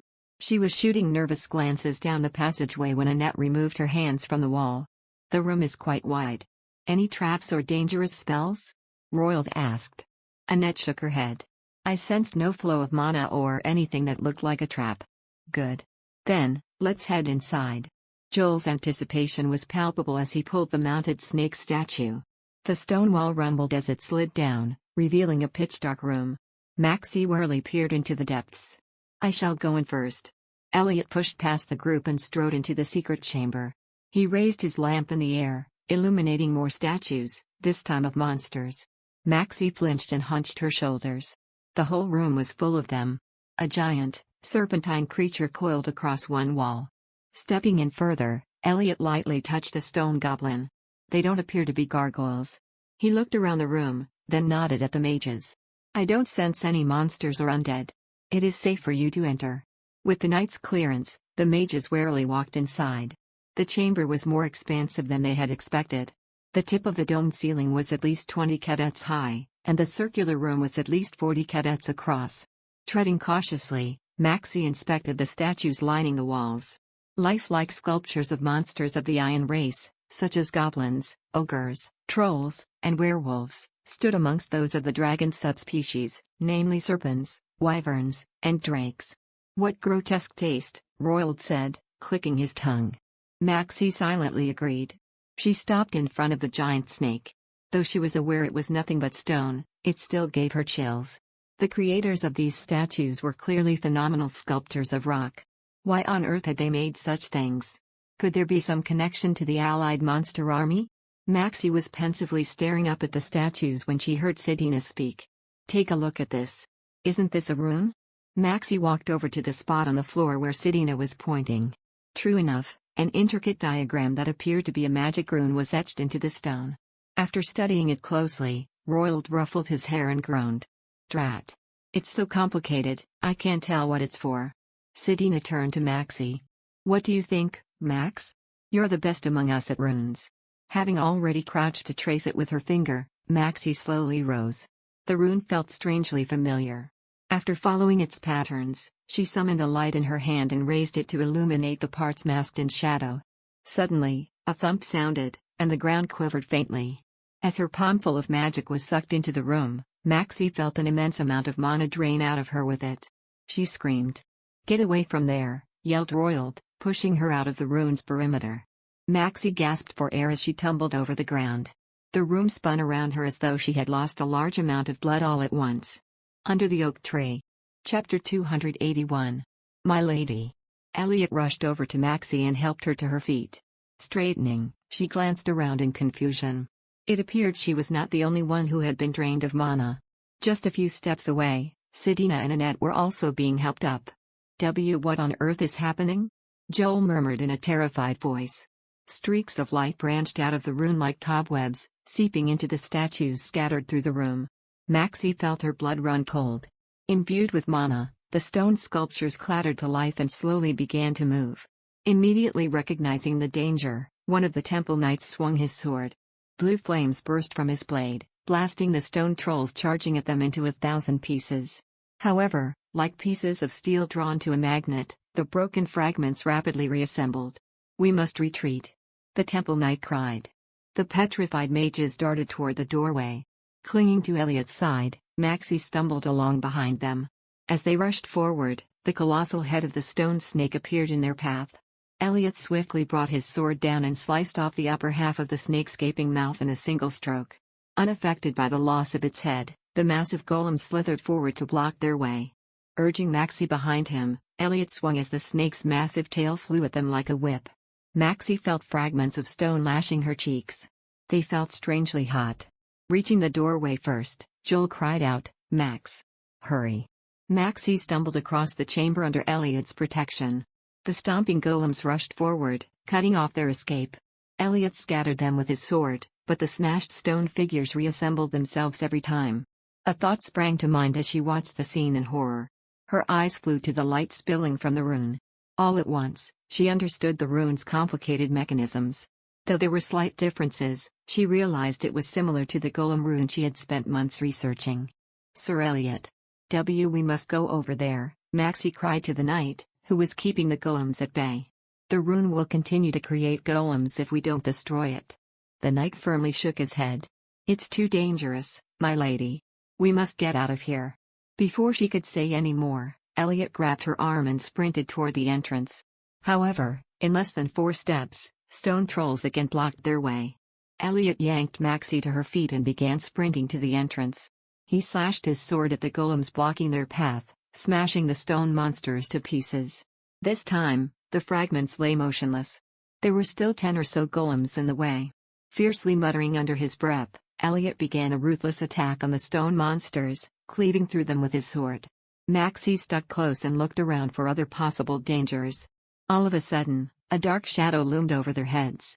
She instinctively pushed Elliot out of harm's way as something shot down from above. However, with the knight's bulk and her limited strength, she could only move him so far. He narrowly escaped the stone harpy that swooped at them from above, but its hooked claws struck the back of Maxie's head. Though Elliot whirled and smashed off the harpy's wing, the blow had already sent Maxie flying. She rolled over the floor until her back thumped against one of the pillars. For a moment, her breath was stuck in her chest. Gasping for air, she tried to regain her senses when she heard Elliot's urgent cry.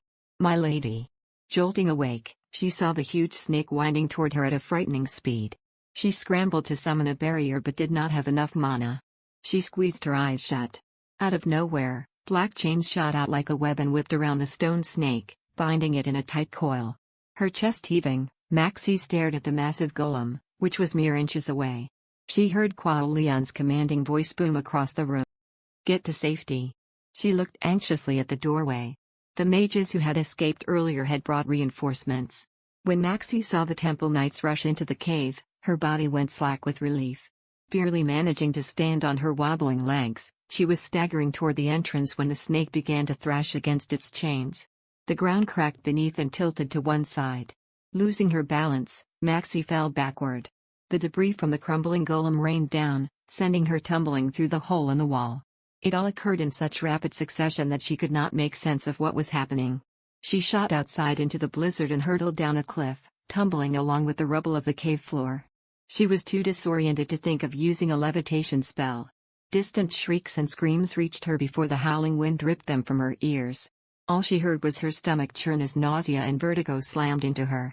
Though her body sought oblivion, she clung to consciousness and stretched her arms toward the rock wall to latch onto anything she could find.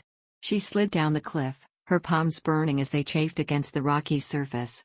She reflexively flailed her legs in search of a foothold that would break the fall. Out of nowhere, a dark figure swooped down and wrenched her by the waist. She gasped at the sudden force. For a moment, she could not comprehend what was happening. It took a while before she could register the powerful arms around her. A second later, she realized that the ragged breathing was not hers. Maxie slowly looked up, her chest heaving. Riftan dangled from the rock wall at the end of a long, hooked chain. His arms were locked around her so tightly it made breathing difficult. Unable to believe her eyes, she could only stare up at his sculpted features. Under the oak tree. Chapter 282.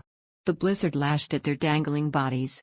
A bottomless abyss yawned below their feet, waiting to swallow them. Maxie stared down at the misty gorge in a daze before shifting her gaze back up. The heavy snowfall made it impossible to tell how far they had fallen. "Put your arms around my neck," Riftan said in a strangled voice. All she could do in response was blink rapidly in terror. Now. Roused from a trance, Maxie flinched and wound her shaking arms around him. His whole body was as tense as a rock, his neck muscles so strained that she could feel his racing pulse through the bulging veins. As if afraid he might drop her, Riftan pressed her to him in a suffocating, one-armed embrace while his other hand fumbled the wall. Eventually, he latched onto a protruding rock. He pulled them upward and managed to gain a foothold. Having secured them both to the cliffside, he tightened his arm around her. The blizzard was picking up speed. Maxie could barely see what was in front of her. Burying her face in the crook of his neck, she quietly began to sob. Riftan whispered what sounded like reassurance into her ear, but she could hardly register his words. Even he did not seem fully conscious of what he was saying. "Hang on a little longer. It's all right. The mages should bring us up soon. We just have to last until..." An avalanche of snow rumbled down from above. The hook anchoring them to the wall gave way in the snowslide, plunging them into the abyss. Riftan's gauntlet scraped against stone as he frantically searched for purchase, to no avail. Clinging to his neck as if she were drowning, Maxie desperately tried to cast a levitation spell, but the mutinous mana within her refused to bend to her will. Summoning all the strength she could muster, she finally managed to take hold of her wayward magic. They were mere inches from the ground when they began to float. Riftan promptly secured the hook to the wall and nimbly lowered them to safety. Surviving the fall was only one of their problems. The avalanche still posed a threat, pouring down in waves of debris and snow from above. Maxie cast a barrier just as darkness swallowed them. Heavy thuds continued outside their protective bubble for some time. She could not feel a thing. So much so that she wondered if they had died from the fall. The pressure in her ears rendered her deaf, and she could not even hear her own breaths. Petrified, she clung to Riftan until she felt him slowly sit up. He dug out of the icy mound and hauled her out after him. After a coughing fit, Maxie expelled the snow from her nose and mouth, then shook off the flakes in her hair. With the snowstorm still battering their faces, however, her efforts were in vain. She looked up at Riftan, her face ghastly white. He had his arm wrapped around her as he gazed up at the rock wall they had plummeted off. Unlike him, she could not discern how far they had fallen. After staring for some time, his wooden expression giving nothing away, he hoisted her into his arms and began wading through the snow. Maxie realized he was looking for a place to shelter from the snowstorm. She managed to crack open her frozen jaw. I can. Cast a barrier to block the wind. Don't speak, he said brusquely, quickening his pace. Though she wanted to make the offer again, she chose to keep quiet when she realized she was almost out of mana. Still, wandering aimlessly until they found adequate shelter did not seem like a sound option. Maxie regarded him dubiously. Though she was sure he would never do anything to harm her, she could not bring herself to undress. When she remained immobile, he pulled her onto his lap and removed her boots. He yanked off her robe and unapologetically flung it into a corner. Lastly, he unbuttoned her coat and slid his hands inside. She recoiled at his cold touch. After removing her belt and placing it on the ground, Riftan reached into her tunic and caressed her icy skin. Though the tips of his fingers were cold, his palm and forearm felt like heated bronze. A moan escaped Maxie's lips as his warmth seeped into her, and she pressed herself flush against his chest. He pulled her woolen tunic over her head, leaving her with 2 linen chemises, leather trousers lined with fleece, and a pair of thick leggings. When he pushed his hand inside her trousers, a peculiar expression that was neither smile nor frown rose on his face. "You certainly bundled up." With that, he slid her trousers down with one tug. Maxie gasped in surprise. After rolling her clothes into a ball and tossing them on top of his own, he began rubbing her ice-cold skin. Her cheeks flushed as his hot, calloused hands roamed over her hips, thighs, and calves. Despite having been bare before him countless times, it was still embarrassing. She stayed on his knee, and he drew her to him in a tight embrace. "Are you still cold?" he asked, his voice more subdued. Pressing herself against his chest, Maxie shook her head, waving aside the reality of her chattering teeth. As she continued to shiver, Riftan gave a low groan and went from rubbing her rigid back to tugging at her layer of chemises. She instinctively clutched at the undergarments, but he was already maneuvering them over her head. He immediately covered the exposed area with his own tunic. Their skin brushed together as he twined his arm around her waist, alighting her senses back to life. The heat from his smooth, burning skin soaked into her bones, and she felt the blood coursing through her veins. A relief moan escaped her lips as she melted into his arms. Despite other concerns pushing into her mind, at that moment, she felt unconditionally safe and content. She pressed her forehead to his shoulder, burying her face in his broad chest. Their bodies fit together like 2 pieces of a puzzle. She listened to the wind and crackling fire as she caressed his arms, chiseled chest, and stomach. Beads of sweat began to form on his skin. She traced her fingers down his sculpted marble chest and teased his small nipple. Pressed beneath her buttocks, she felt his hardened member grow bigger. After taking a ragged breath, Riftan shifted her to one side and pried her hand off his chest. "Stop your idle fondling." Maxie's face flushed with embarrassment. But, did you not do the same?" I certainly. Felt your hands. On my hips, my stomach. Legs, feet.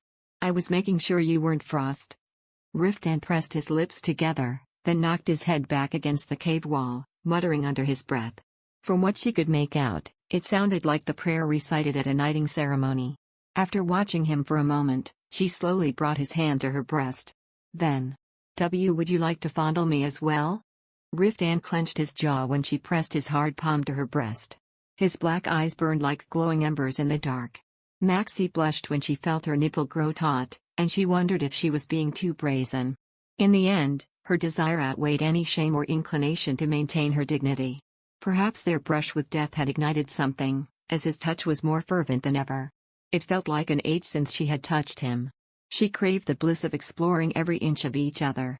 If they did not make it through this perilous expedition, this could be their last moment together. A crippling fear crept into her bones at the thought. When she rubbed her lips on his neck to dispel it, she felt the feverish shudder run down his body. Under the oak tree. Chapter 283.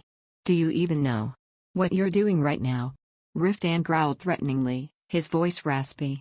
Do you realize what could have happened to you today? You make a man's heart just about leap out, and that's all you have to. Maxie flicked her tongue along his tense neck. She heard his sharp inhale as though he were being strangled. Clutching his hand, she rubbed his calloused palm over her painfully sensitive nipple. He let out a low moan and squeezed her breast. She looked up at him, her eyes burning with desire. Even in the dimness of the cave, she could tell that his face was flushed. He stared at her with blazing eyes, then viciously spat, "You demon." With that, he ravished her lips. Maxie wound her arms around his sturdy neck. His tongue pushed in, tasting the inside of her mouth. At the same time, he teased her breast with gentle rubbing, tugging, and twisting of her taut nipple. The tunic draped about her shoulders slipped down, but she no longer felt cold. It felt as though she held a furnace in her arms. With one hand supporting her from behind, Riftan tipped her back.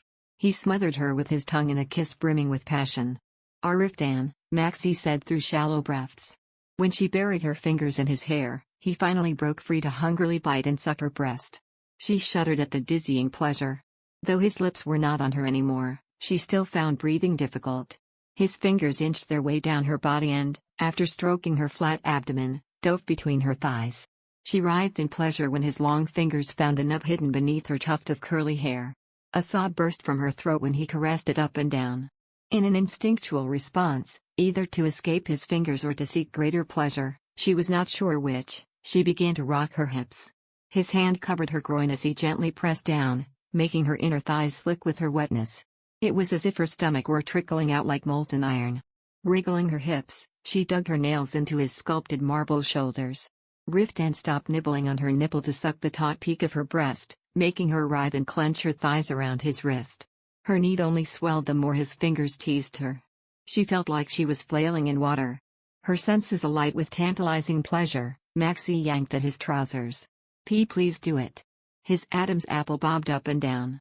When he remained motionless, she fumbled with the bulge protruding from his trousers. A suppressed moan escaped his throat. She felt him tremble like a man cornered before he yanked the straps of his trousers, pulling them down. His swollen member stood erect, surrounded by a thicket of black hair. Maxie faltered. He was much bigger than she remembered.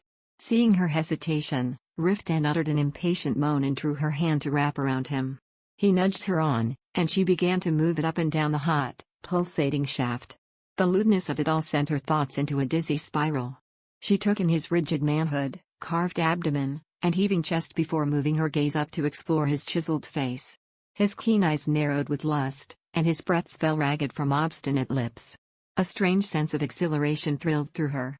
Here was the strongest, most reckless, valiant knight, and she had brought him to his knees with desire. She moved her hand faster over his member. Riftan's breath hitched, and he slammed the back of his head against the cave wall. Overwhelmed with passion, he spread her thighs and started to caress between her legs. Maxie shivered before her whole body tensed, and she began moving her hand once more. A thought struck her: why were they torturing each other so?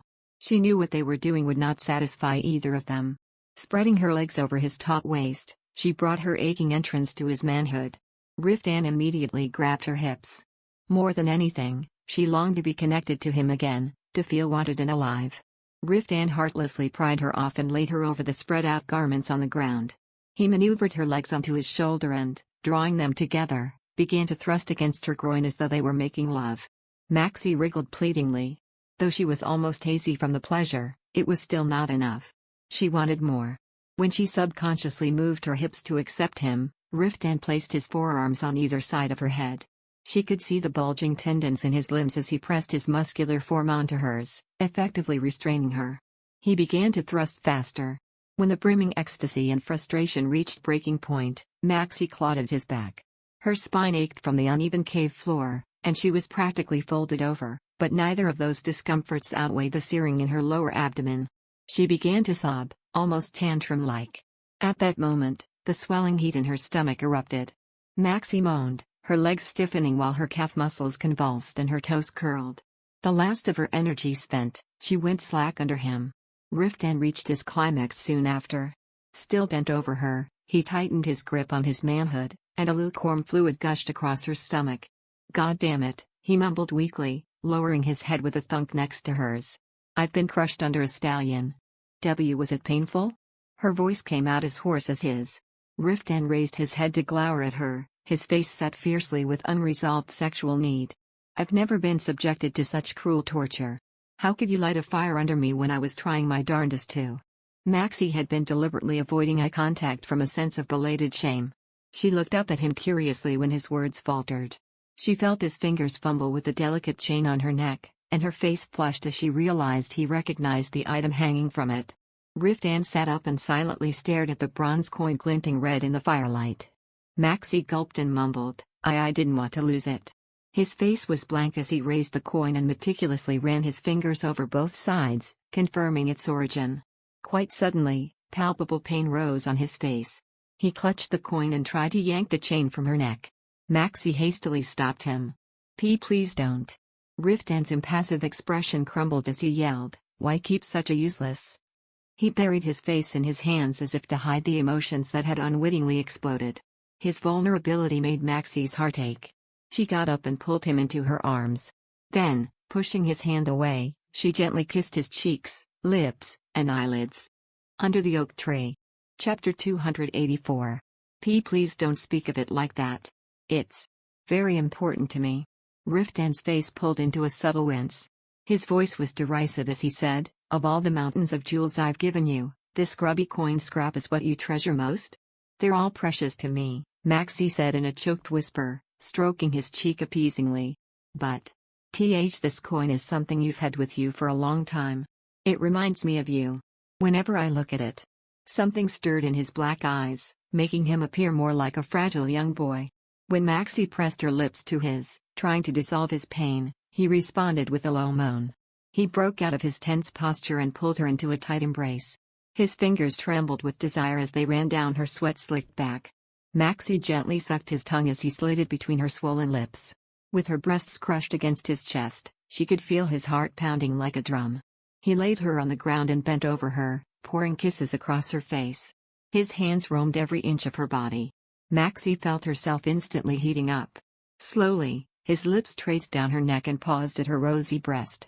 He continued down to her stomach, which was twitching with tension. Breathing heavily, Maxie pushed her thighs together.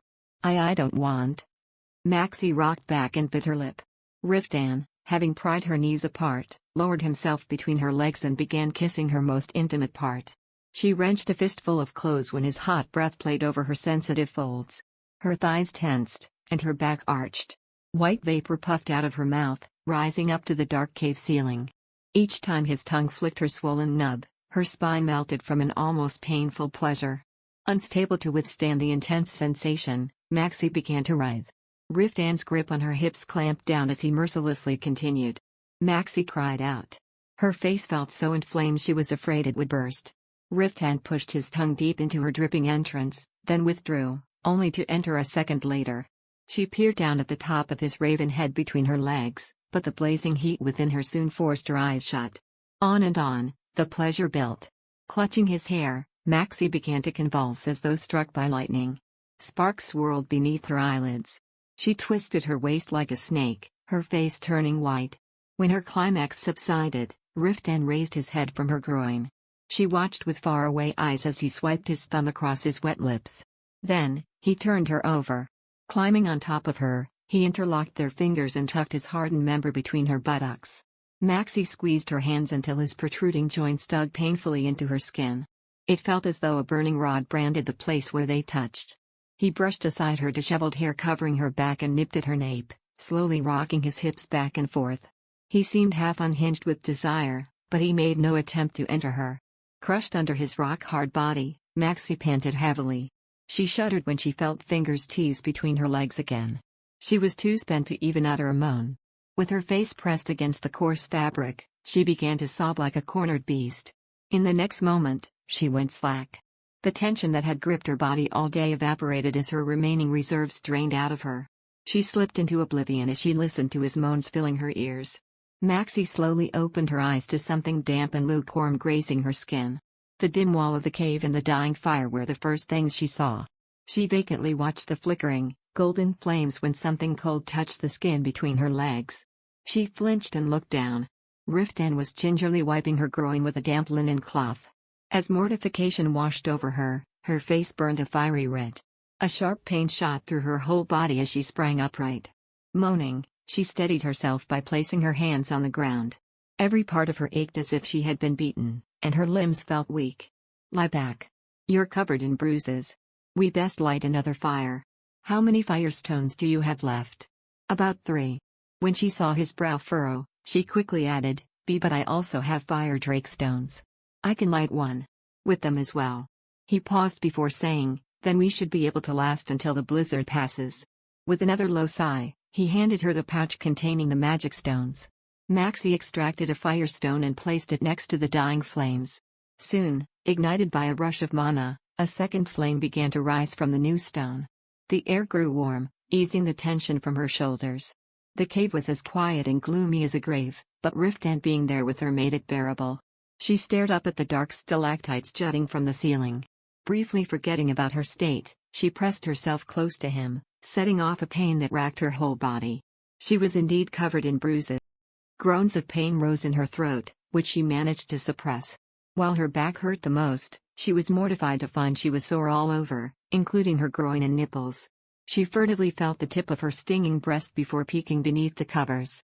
Besides her slightly swollen nipples, her arms and thighs were mottled with bruising, and her knees were close to purple. Though most of the injuries could be attributed to her many falls, the pain in her breasts and thighs was undoubtedly from their rough coupling. As she touched the red handprint on her thigh, she wondered with a hint of regret if they had been too aggressive. Suddenly, Riftan spat an angry curse above her head. She hastily covered herself again, but he was already pulling the garments away. The light from the flames bathed her whole body. "The bruises are worse than I thought," he said, his face contorting in shame. "Please. Don't blame yourself. These were from the golem. Is the golem to blame for this as well?" he asked coldly, cupping one of her swollen breasts. Maxie blushed. "No. But I was the one who urged you on." "That's true," Riftan agreed grimly, "but I should have restrained myself. I'm sure you never wished for it to go that far. I should not have been so eager when you could have been hurt." Twiddling her fingers, Maxie looked away and mumbled, I enjoyed it. Just the same." As soon as the words were out, she flushed all the way down to her neck with shame. Not wanting him to think her wanton, she hastily added, "It's been 3 years, after all. Though it wasn't the most ideal situation. I loved being in your arms again." Under the oak tree. Chapter 285. It had taken Maxie all her courage to tell him how she felt. Despite that, Riftan did not respond for a long time. When she glanced up, her eyes full of hesitation, she caught him staring at her with an intense look. He dropped his gaze to the coin resting on her bosom a second later. She tensed, worried that he might try to take it from her again, but all he did was touch it before lowering his hand to brush one of her many bruises. To her great mortification, her stomach chose that moment to growl. Riftan's face darkened as he stroked the bruise on her side. "I can't say I'm happy about all this, even as a lie." Maxie recoiled. In an instant, the fire that had been burning in his eyes vanished, leaving only a cold emptiness. "This is the second time you almost died before my eyes," he said slowly. "And now you're hungry and cold, covered in bruises in a dingy cave. I didn't want to do that with you here, of all places." Maxie could feel her face heating up. For a moment, she felt irresponsible and senseless for seducing him under their present circumstances. His irritation was understandable. After his rescue efforts had led them to this dreadful situation, all she had done was babble about how happy she was. Just. Her actions might have been ill-considered, but at that moment, she had desperately needed his warmth. She was about to tell him so when he rummaged through her bag for the bundle of food. He held out the leftover cheese and half a loaf of bread. "You should get something in your stomach first." Maxie wordlessly stared down at the hard bread.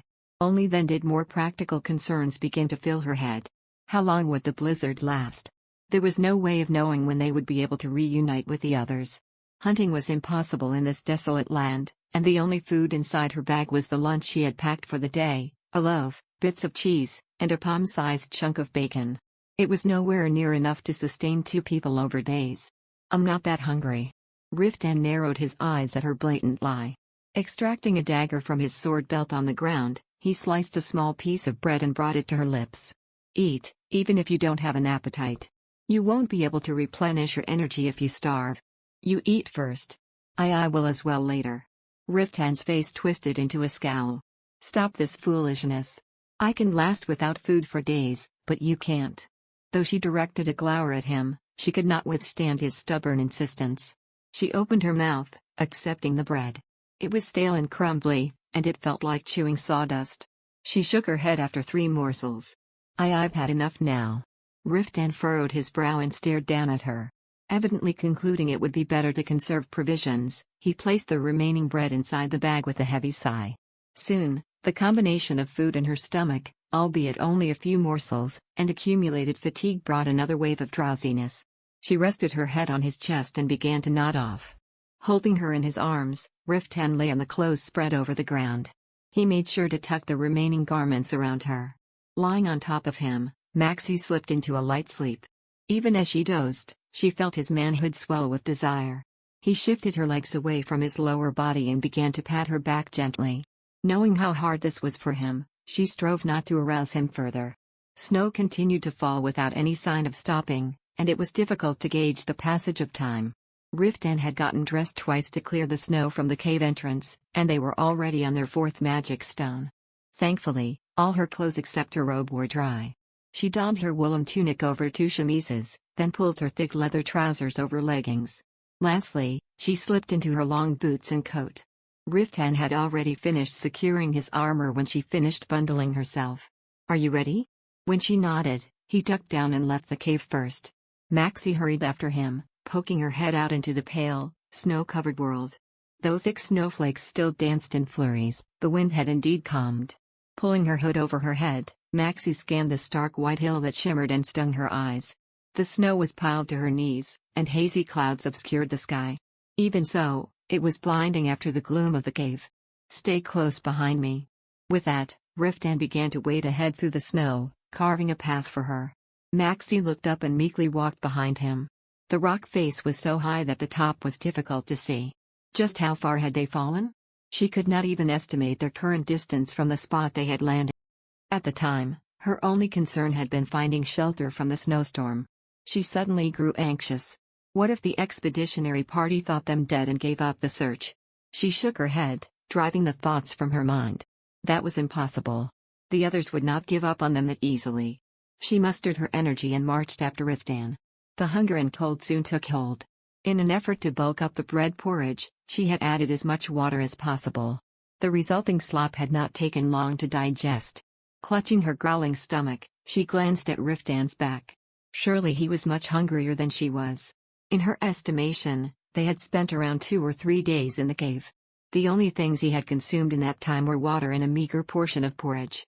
Despite that, his legs showed no sign of exhaustion as they plowed through the snow. His tenacity moved her both with awe and pity.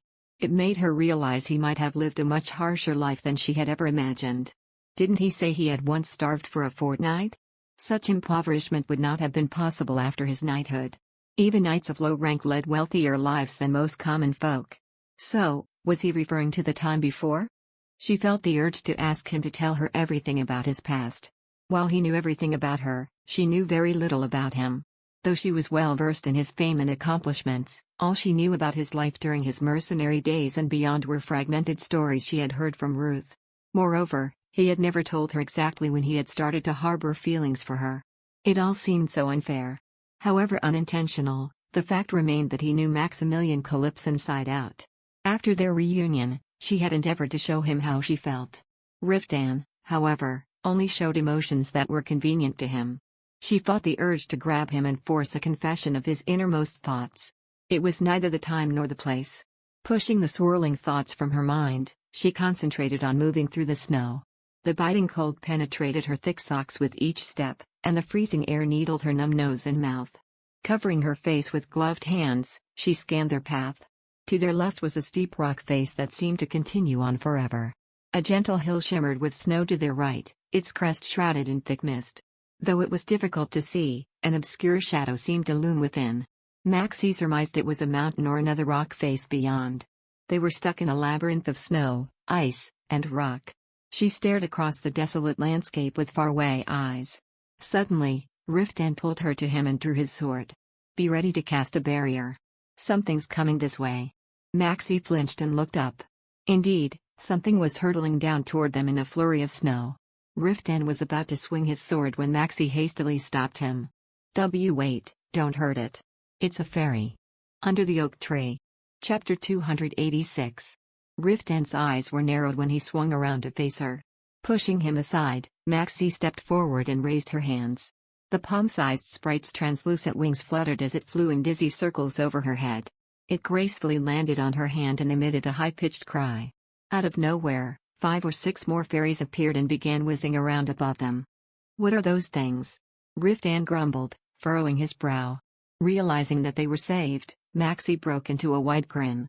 They are familiars kept by mages. The others are searching for us." She rummaged in her bag for a quill and a piece of parchment. However, the frozen ink made writing impossible. After melting it with gathered mana in her hand, she hastily scrawled on the parchment that they were both unharmed. She also added word of their dire lack of food and magic stones. "What else should I write?" she said, looking up hesitantly. Riftan bent his head to skim her message, then moved his gaze to the rock face, gauging the distance. "Tell them to meet us at the place we landed." Supporting the parchment on her palm, Maxie crookedly scrawled the message. She secured the note to the fairy's waist using the string she had tied her hair with. The shining emerald sprite held the parchment tightly against its tiny chest and darted away with the other fairy. "Someone should come to our aid now." Riftan stared in the direction the fairies had gone before nodding. When he glanced down at her, she saw relief in his eyes. "We should head there now. It's not far," he said encouragingly. They began pressing forward once more. Maxie looked up at the sky as she followed Riftan's footprints. An anxiousness pricked her as she noticed the calm wind growing stronger again. Even for a wind mage, using a flight spell through a blizzard would be impossible. Though she did not know how large the search party would be, she doubted there was somewhere big enough to shelter all of them from the raging elements. Looking at the rock face, she tried to estimate how high it was. Without warning, Riftan wrapped his arm around her and pressed them against the wall. Maxie looked up in surprise and saw that he was staring warily at the hill. She followed his gaze and grew wide-eyed when she spotted a white horse standing in the snowy field. It was a beautiful creature, something one would see in dreams. Its form was slim and elegant with delicately thin legs, and its pristine, white coat outdazzled Rams. Maxie watched, entranced, as the wild horse's silvery blue mane billowed in the wind. Her eyes widened even further when she noticed something unusual. Protruding from the horse's forehead was a long, beautiful horn that shimmered like crystal. Riftan grabbed the hilt of his sword as the unicorn slowly approached them. Its blue eyes regarded them meekly. Though there was not an ounce of hostility in them, Maxie knew well the viciousness that lurked beneath the creature's friendly facade. Clutching Riftan's cloak, she readied herself to cast a shield. Just then, another unicorn appeared over the hill. They affectionately grazed their long necks together and began plodding through the snow. Another unicorn walked up behind them, followed by another, and another until a whole herd passed by. It felt like a scene from a dream. Maxie stood mesmerized as she watched them go. Riftan wandered over to a spot the herd had walked over, his arm still wrapped around Maxie. To her surprise, the unicorns had only left behind shallow prints. It was a wonder how the creatures could move so lightly over the knee-high snow. A frivolous curiosity tickled her mind. She mused that unicorns might have inherently strong wind magic, just as salamanders and basilisks had inherent fire magic. She was absent-mindedly mulling over this when she heard Riftan's grave voice. "These are horseshoe markings." Maxie flinched and looked up. Bent on one knee, Riftan was inspecting each of the prints. Except for the little one, they were all wearing horseshoes. The unicorns? Grasping the implications, Maxie's shoulders stiffened. A cold sweat prickled her back. Aye. Search the area for golem runes. This is just a regular stone statue. Riftan regarded it with suspicion. Ignoring his apprehension, Maxie approached the stone dragon. It was unsettlingly realistic. Recalling the golems in the secret chamber, she wondered. The dark mages had been so fixated on creating such statues. She studied the dragon's frightening teeth, scaly body, and unfurled wings. Just then, Riftan's icy voice rang through the cavern. The temple knights will be beside themselves when they see this place. Maxie looked up at him questioningly. Why? The interior of this cavern, it's a replica of the Basilica of Ossuria. Her eyes wide, Maxie glanced around. It was hard to tell through the gloom, but the pillars, walls, arched ceiling, and even the patterns were indeed similar to those found in the Grand Basilica. Hunching her shoulders, Maxie returned her attention to the statue. The dark mages had placed this monster on hallowed ground, in a place reserved strictly for God. A groan unwittingly escaped her throat. Riftan was right. Even a cleric with the greatest self-control would not be able to hide their outrage at such a sight. Maxie's heart sank. The sentiment could not be clearer. The dark mages abhorred the church for exiling them. She raised the flame in her hand and carefully inspected the carved images. Unlike the walls of the Grand Basilica, which depicted saints, the cave was full of clerics with serpent heads. Carved beneath, where the faces of devout believers should have been, were monsters of the Iron race. Maxie shuddered, feeling as though she had entered a heathen temple. A moment later, she noticed a fist-sized snake head sticking out from one of the walls. It looked similar to the trigger they had found outside the secret chamber. After glancing at Riftan, who was looking about the cavern, Maxie placed her hand on the wall and probed the area behind it. When she did not detect any golems, she quietly pulled the trigger down. Soon, the wall rumbled open to reveal another chamber. "And what's this?" said Riftan, walking to her side and peering in. Maxie used the flame in her hand to see through the gloom, illuminating the large altar within the circular room. Sensing nothing was amiss, Riftan entered the chamber and stopped before the altar. As Maxie followed him, she spotted a crystal sculpture big enough to take up the entire marble slab it sat upon. It reminded her of the extravagant toys loved by young royals. It was cut in the shape of a mountain range, and between the valleys and fields was a cluster of nail-sized houses. She was studying the tiny buildings with fascination when Riftan gave a low sigh. "I think we just discovered the location of the monster base." "Pardon?" When she looked up at him in surprise, Riftan grazed the crystal with his fingers. "Don't you see? This is a model of the region. Here, look. That's the Pamela Plateau." He pointed to the edge of the table as he talked. Sure enough, the carved rock face appeared to be a replica of the one they had traveled along. "We took this path," Riftan said, tracing their route with his finger. "And right now, we should be around here."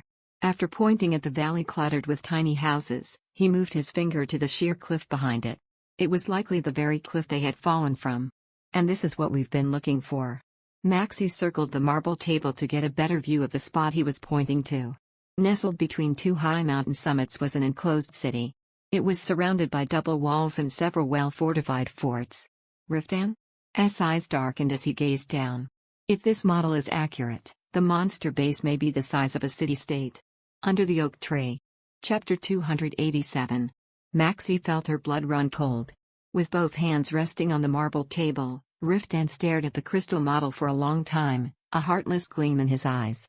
His expression hinted at the 100 different strategies of capturing the castle spinning through his head.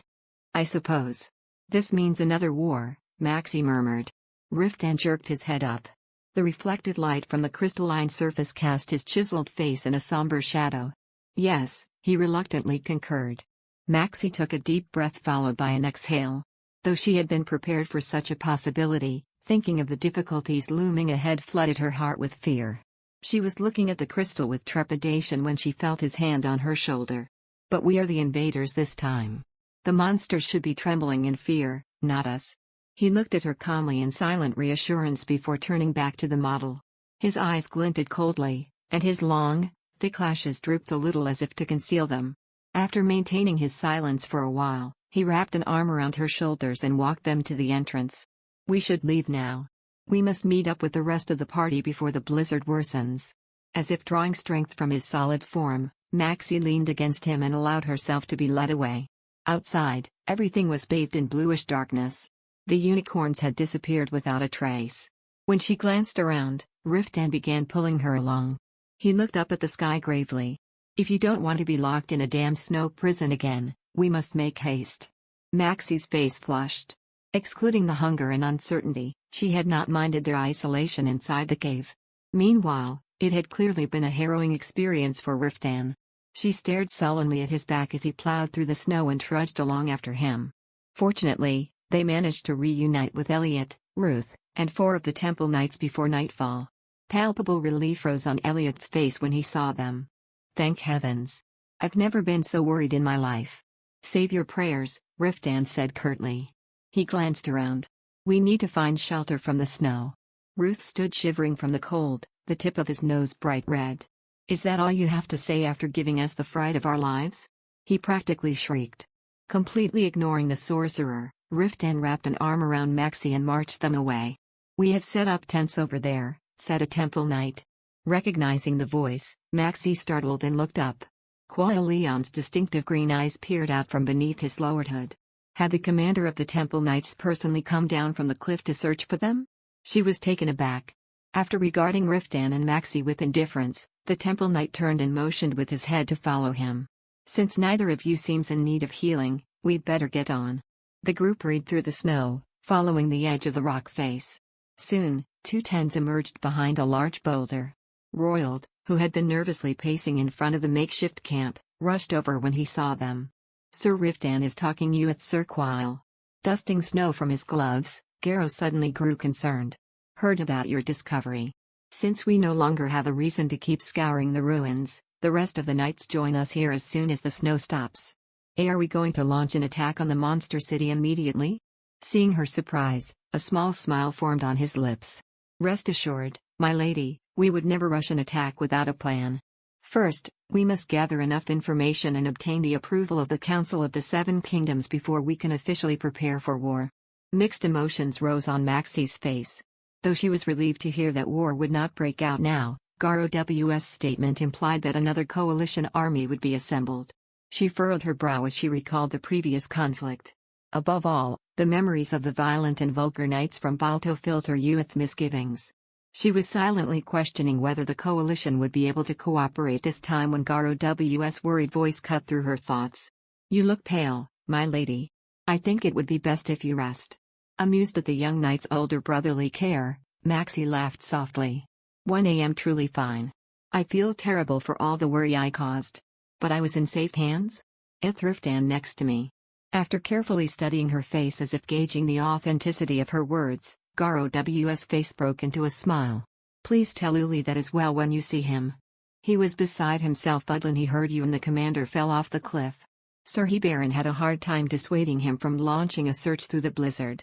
Rubbing his nape, Garrow sighed. He wanted to join the search party, but Sir Riftan denied his request, citing a lack of experience. He is currently fuming. He can be terribly snappy when he's upset, that fellow.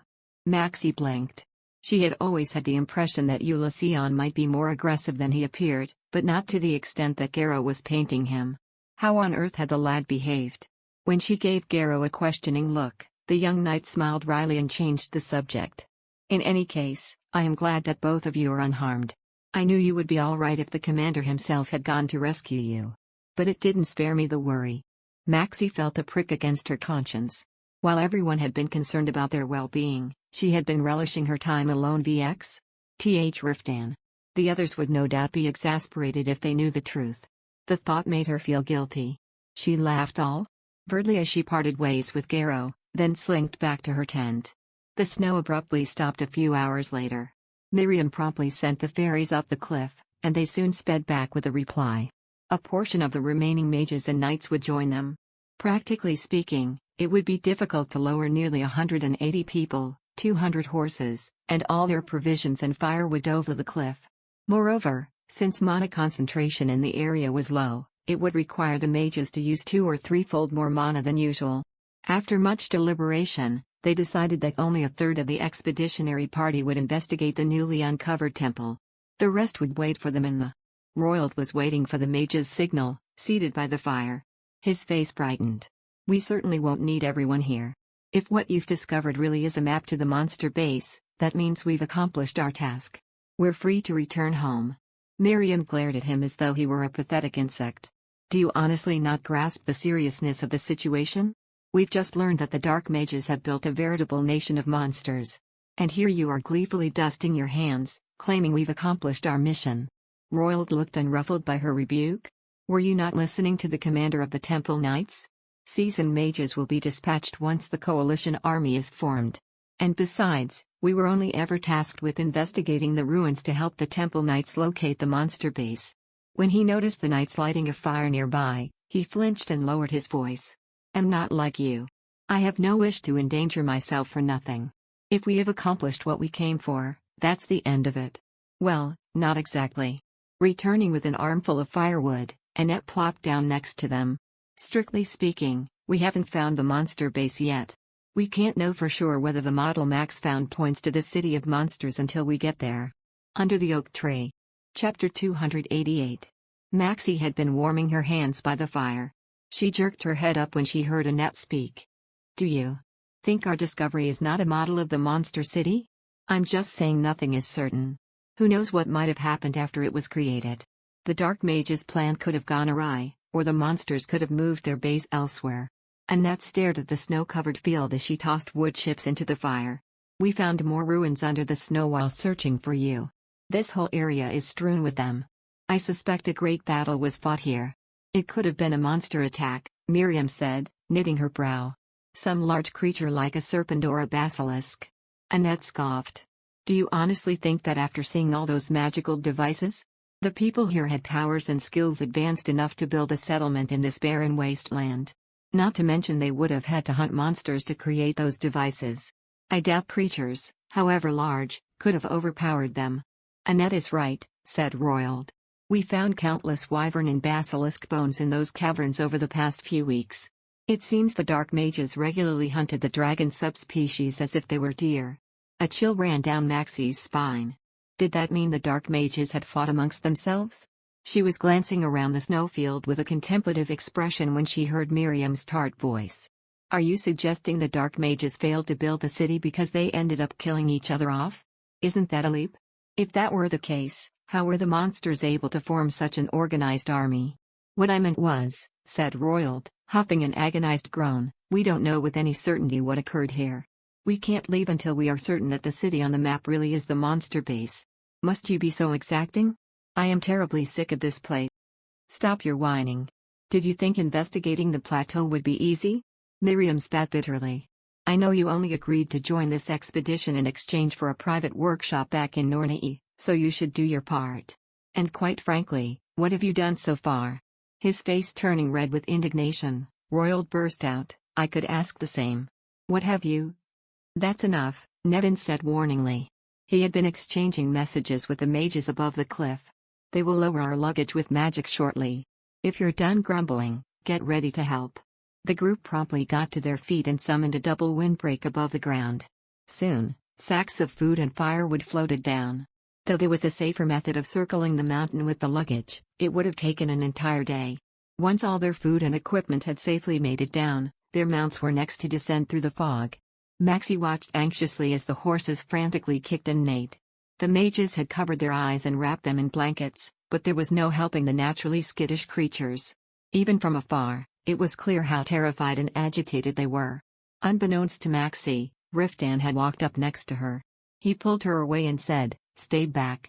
We'll calm them. Maxie looked up at him in shock when she realized how lightly he was dressed. Only a breastplate hung over his woolen tunic. It felt strange to see him dressed thus when she had gotten used to him being in full armor. After pulling out a pair of gloves from his pocket, Riftan slipped them on and signaled to Garrow and Elliot with his eyes. The two knights seized the horses' bridles as soon as the creatures were on solid ground. They skillfully restrained and pacified the terrified animals. By the time they finished the exhausting undertaking, a total of 36 horses were safely inside the temporary stables. Only then did the chosen mages and knights descend the cliff. Ulysses was among the first to reach the bottom. He rushed over to Riftan and Maxie. Sir Riftan. Lady Calypso. Thank heavens you are both safe. Temple Knights would react when they saw how the cavern resembled the Basilica of Ossuria and the dragon statue erected within it. She was flicking anxious glances at Guo Leon's icy face when Miriam, Yudo was riding ahead, pointed to the swirls of steam rising from the cave's entrance. Is that the place? Maxie nodded and scanned the vicinity for unicorns, but there were no signs of the creatures.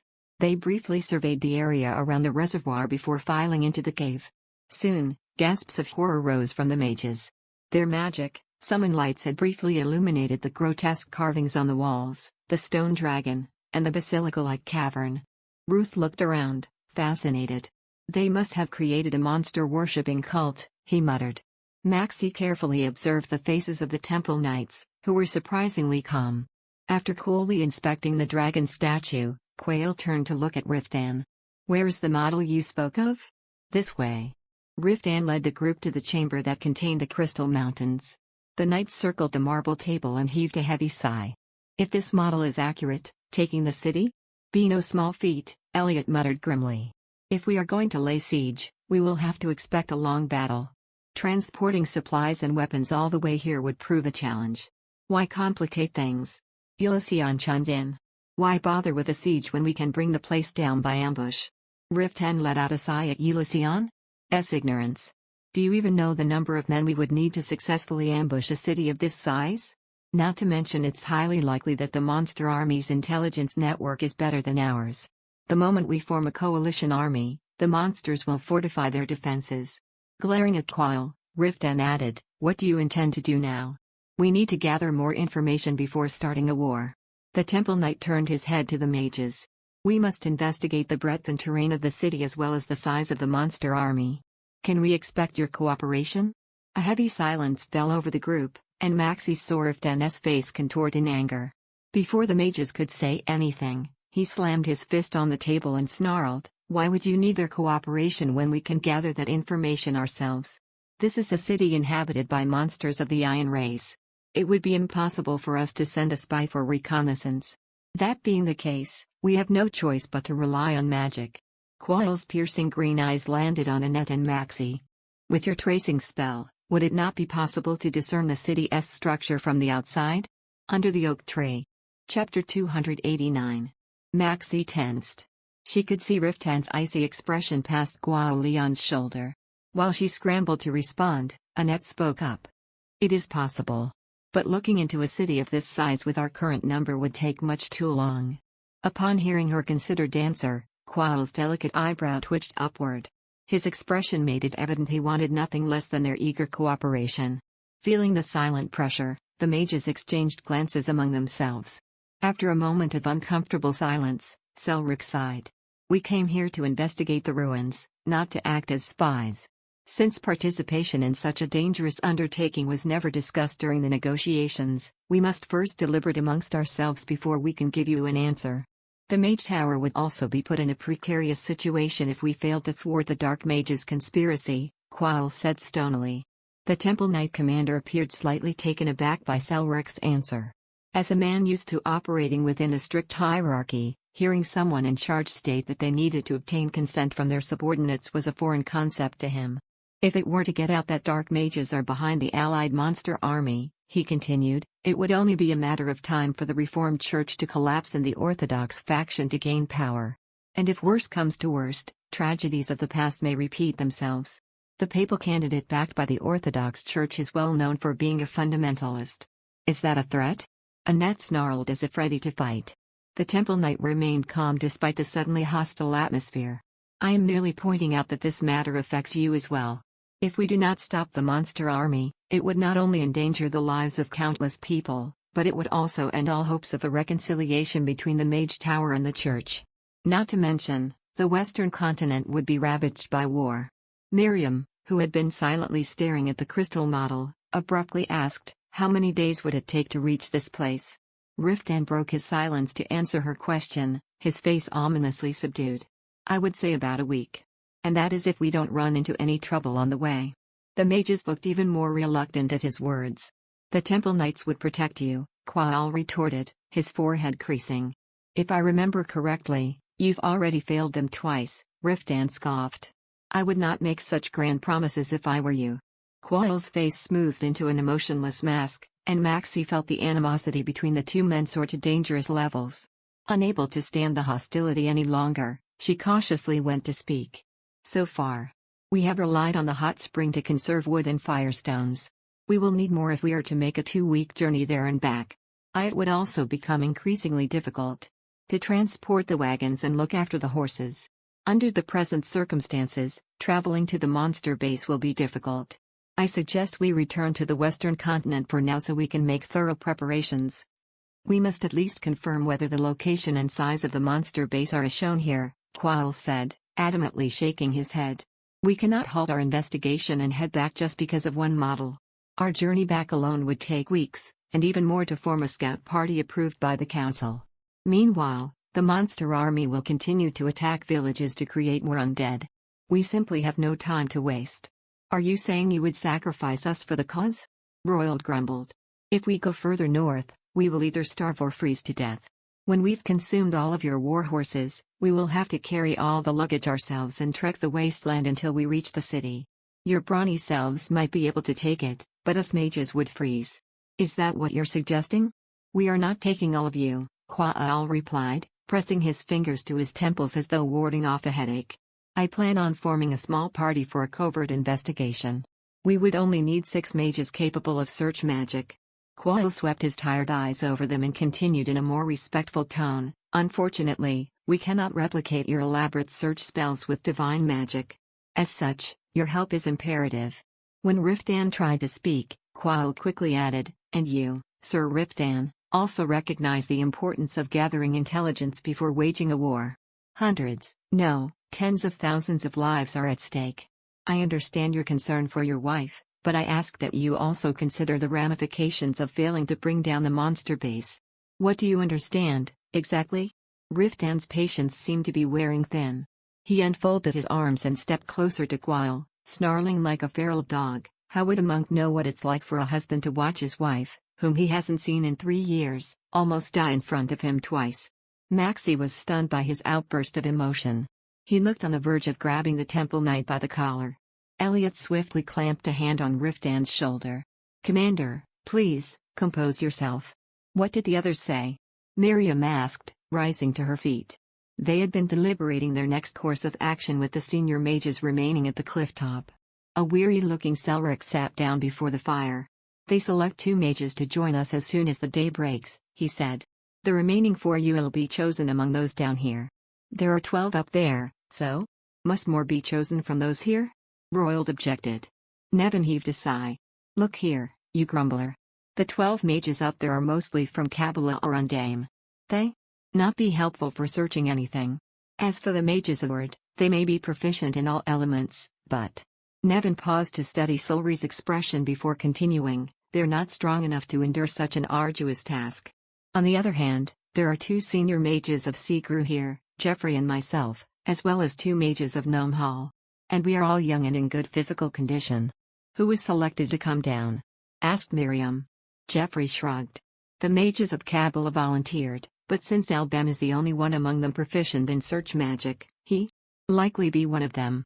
And though no one is a more competent healer than Elena, she will likely be excluded since her search magic experiences they draw lots to determine the remaining member.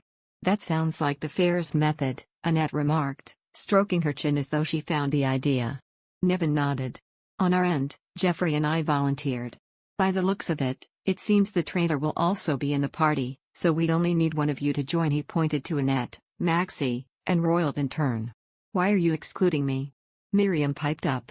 We all know how skilled you are in offensive magic, Miriam, but honestly speaking, your skills in other areas are not much to speak of. Neither offensive nor healing magic will be of much use in this assignment. Both can be covered by the Temple Knight's divine magic.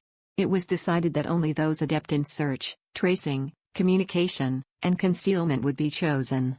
Considering the provisions that will be allotted to the scout party, it would not be prudent to add more people arbitrarily. Miriam's face turned grim as though her pride had been wounded. Geoffrey pretended not to notice and asked brightly, well, then. Who? It. Maxie looked back and forth between Annette and Royald. With his lips pursed, Royald seemed as unyielding as Annette. Maxie found herself unable to raise her hand in fear of Riftan's inevitable livid reaction. The senior mage exhaled heavily at their silence. Since none of you wish to go, we have no choice but to draw lots as well. Royald, who had maintained a miserable scowl thus far, had a spark in his eyes. He chimed in. If we're leaving it up to fate, don't we employ a more interesting method? Ignoring Annette's dubious glare, he shot to his feet and darted out of the tent. He soon returned a small leather bundle. Maxie eyed the item with curiosity. Royald unfolded the bundle to reveal 3 dice and a pack of cards. Why don't we decide our fates at the game of chance? You cad, Miriam lambasted him. Everyone knows how much you love to gamble. You're obviously trying to rig the game so this naive idiot will be chosen. Miriam pointed to Maxie as she spoke. Maxie angrily shot to her feet. Who are you calling a naive idiot? Who else? He's trying to force someone who nearly died to risk their life again. And he has the gall to call himself a man. The insinuation that her loss was a given greatly offended Maxie. Though this was not the first time Miriam had treated her like a nitwit, she could not believe that the woman would so blatantly belittle her in the presence of the summer mages. Stop with your needless meddling, Maxie cried. I'm quite certain. You'll be surprised at how good I am at this game. I once won a sum enough to purchase a horse. She confidently declared this, recalling the time she had cleaned Riftan of his gold buttons in a game of chance. Both Miriam and Annette regarded her with skepticism. Under the Oak Tree. Chapter 290. No objections, then? Royald asked probingly, tossing the dice in the air. His confidence caused Maxie's to falter a little. Though she was familiar with the rules, she had never played with anyone except Riftan. Royald, on the other hand, was a notorious troublemaker who initiated gambling matches at the Mage Tower every chance he got. Was it wise for her to accept such a seasoned player's challenge so rashly? Her winning streak against Riftan could very well have been due to his complete lack of talent in the game. She nervously shifted her eyes, deliberating over what to do, when Annette sighed. I understand how excited you are to lay a wager, but I've never played before. I barely know the rules. What? You've never played dice? Royald asked in exaggerated astonishment. Why not take this chance to learn? It's not complicated, and I would gladly guide you through it. Royald, don't you think it's shameless for an experienced gambler to challenge a beginner? You clearly don't know a thing about games of chance. Just so you know, beginners tend to have better luck. While Annette stared at the deck of cards contemplatively, Maxie hastily ran through options in her mind. She might not be able to beat Royald, but besting a novice like Annette would not be too difficult. She quickly weighed up which of the 2 scenarios, drawing lots or playing dice, would be more likely to spare her from being selected. Drawing lots would ensure a 1 in 3 chance of being selected. Playing dice against a beginner like Annette, on the other hand, would give better odds of avoiding last place. The fact that she was even having such thoughts made her feel guilty. Annette was a friend who had always looked out for her at the Mage Tower. Yet, here she was, trying to lumber her with a risky mission. How was she any different from Royald? Even so, for the sake of her husband who had already suffered enough, she did not wish to run headlong into danger this time. After carefully listening to Royald's explanation, Annette nodded. Fine. It's rather simple, so I'm willing to settle this with a game. Maxie felt a moment of inner conflict before she yielded to her conscience. Are you sure? You would be playing for the first time. Don't you think it would be? If I lose, I go. It's as simple as that. I'm curious to see what this city of monsters is like anyway. If that's the case, can't you just volunteer so we don't have to bother with this game? Annette, Maxie, Miriam, Jeffrey, Nevin, and even Selric shot daggers at Royald. Only a suggestion, said the mage, his shoulders drooping. No need to look at me like that. All right, so everyone's on board, then? No complaining later. Maxie spent a moment deliberating before squeezing her eyes shut. She nodded. The trio promptly laid out the leather game board full of numeric symbols and pushed it closer to the light. After watching them wordlessly, Nevin slowly shook his head. I must admit, I'm a bit saddened by how desperate you 3 are to save your own skins. I had expected at least one willing candidate. Maxie pretended not to hear as she accepted her allotment of cards from Jeffrey, who had been selected as the referee. She silently placed the buttons they would use in place of real money on the board. Finishing her round, Annette passed the dice to Maxie. Here. It's your turn now. After carefully inspecting her cards, Maxie tossed in a few more buttons before throwing the dice. Several rounds later, it became clear the game was turning out very different from her expectations. The buttons were piling up in front of Annette. Both Maxie and Royald were ghostly pale. Having confidently revealed his hand a minute ago, Royald was now fuming as Annette's trumped his yet again. Didn't you say you've never played before? Was that a lie to fool us? I never lied, Annette said flatly, gathering her winnings. She looked Royald up and down in exasperation. It's not that I'm good at it, it's that you two are terrible. Max, I can understand, but you? For someone rumored to always carry dice with him, you should have no excuse to be so horrid at this. He may be an incessant gambler, but he's not much of a winner, Geoffrey explained, doubling over in laughter. His luck is so bad that the mages of Undame and Seagrew call him the Wallet. This seemed to be a revelation even to Royald. His face grew beet red, and his shoulders shook with fury. However, it was Maxie who had it worse than him. For some reason she could not understand, her opponent seemed to know her hand every round. It was so bad that she almost suspected magical foul play. Gnawing her lip, Maxie's eyes darted from her cards to the game board. When she squeezed them shut and cast the dice, cries of dismay erupted around her. She slowly opened an eye to see Royald yelp with glee and collect his winning. Evidently peeved, Annette clicked her tongue. Try to do better, Max. I really want Royald to go. I must see this contemptible schmuck suffer a little. Hearing this, Nevin, who had been sipping ale next to the brazier, shook his head. Personally, I would rather have Maximilian go. Since we would have to work together, I would prefer it to be someone useful. Hear that, sludge? Must you try to win when Master Nevin himself wants your skills for this mission? You shouldn't disappoint the senior mages. And it's obvious you're going to lose anyway. Why not save face and concede? Enough of your prattling and play your hand, Maxie said crossly, throwing the dice at Royald. Up until now, Miriam had been watching without a word. She rubbed her temple with a sigh. I can't believe I'm wasting my precious time watching this idiotic game. Ha, said Royald. Says the sole volunteer who was rejected for being useless at support magic. Stay out of this, Miriam. Throw them if you've made your bets. Annette flicked a glance at Riftan before accepting the dice. They resumed the game in the now tense atmosphere. While they took turns casting their bets, Riftan watched them like a hawk observing its prey.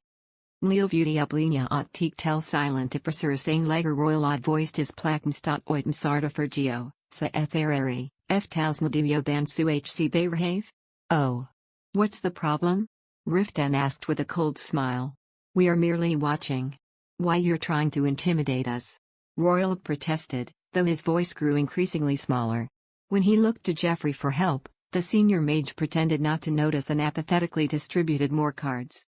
Stop making a fuss and roll the dice. This is getting tiresome. Growing dejected at the lack of support, Royald weakly accepted the cards. Maxie carefully assessed her hand and placed 2 buttons on the board. At the same time, Royald put a card down on the ground and gathered his remaining buttons with a look of determination. It's live or die.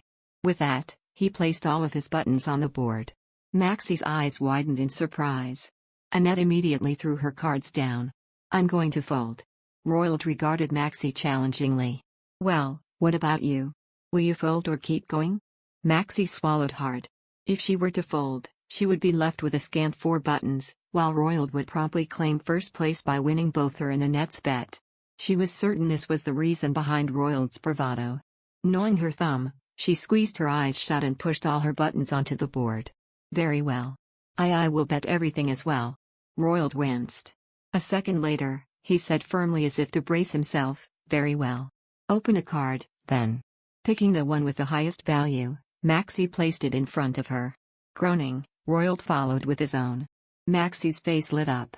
Both of their cards added to 14, and the chances of the 3 dice landing on a sum greater than that were low. Wipe that grin off your face. The scary thing about games of chance is that it's impossible to predict how they will end. Stop yabbering and just throw already, Maxie cried triumphantly. Royald ducked his head to one side as if to block Riftan, positioned behind Maxie like a sentinel, from his line of sight. He began to pray fervently. Geoffrey shook with laughter as he said, what a pity the Temple Knights aren't here to see a mage pray so earnestly. One think this would only worsen their impression of us, Nevin remarked, shaking his head. Royald concluded his protracted prayer and tossed the dice. The 3 cubes flew in an arc before clattering over the mat. As they rolled to a stop, cries of dismay erupted from the tent. Royald rubbed his eyes with his fists before leaping to his feet, yelping in joy. 1-1. I've turned the tables. Maxie stared at the dice in disbelief. No matter how many times she checked, the numbers staring back at her were 6, 6, and 5. This can't be. This is God's will. Drunk with victory, Royald could not stop snickering despite the murderous gazes of the knights. Have a safe journey, Sludge. I shall be praying here for your quick return. Leaning close, Ulysses said in an almost sinister whisper, My lady, if you wish it, I can discreetly get rid of him and make it look like an accident. Devastated, Maxie kept staring at the dice. Riftan stood behind her, clutching his forehead. He gazed gloomily down at her, then walked out of the tent with a sigh. Maxie's shoulders slumped. We were going to go anyway, so please don't worry, my Lady Elliot consoled her. This is not a situation we hadn't anticipated. His words and gentle smile pierced Maxie's heart like a dagger. Close to tears, she weakly hung her head. The next day, the group prepared to set out without delay. The mages drew a map based on the crystal model while the knights packed food and equipment. Since the mission was dangerous, Kuao Lian opted to go with them. And, after fierce negotiation, Riftan and 2 subordinates were permitted to come along as well. Under the oak tree. Chapter 291. The back and forth with the Ream Dragon Knight commander must have been particularly tiring, as Kuao looked fed up. Riftan appeared far from pleased as well. No doubt he had wanted to take more of his own men with them. With their limited provisions, however, it had been decided that the party could accommodate no more than 15. Evidently preferring to pad the numbers with his temple knights, Kuao refused to budge. In the end, Riftan chose Ulysses and Elliot to fill the 2 spots allowed to him. Are you all right with this? Said Garrow. We can try to go with. That won't be necessary. Riftan shook his head and secured his luggage to his saddle. You and the rest of the knights are to wait for us here. And pass this to Nirtha. He took a small piece of parchment from his coat and gave it to Garrow. The young knight glanced sideways at Ulysses before sighing in resignation. Yes, sir. Please stay safe, then. Watching them from a short distance away, Maxie hunched her shoulders as a strange sense of guilt washed over her. Ulysses looked up quizzically from polishing his sword. Is something the matter, my lady? Are you feeling unwell? And no. I was just feeling sorry. If I hadn't foolishly accepted Royald's challenge, the 3 of you wouldn't have had to take on this perilous mission. That's not true, my lady, Elliot replied in his usual calm manner. He talked as he saddled his dark brown stallion. The commander was always going to join the scout party, even if you weren't. If war broke out, the Ream Dragon Knights would be called to battle as well. We must prepare by gathering as much information as possible. To come up with a proper strategy, it is crucial we understand the strength and nature of the enemy as well as their territory.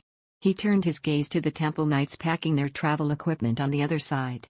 We cannot leave such an important task to the paladins alone. Maxie swallowed dryly. It appeared that the knights were already preparing for war. After sweeping her eyes over the gleaming armor beneath Elliot's open coat and the long sword hanging at his side, Maxie nodded. Her heart felt heavy at the thought that a terrible war awaited them at the end of this arduous undertaking. However, if they failed to bring down this city of monsters, the people of the Western continent would have to live in fear of an invasion all their lives. Her face set into one of grave determination. Since matters had come to this, she resolved to do her best.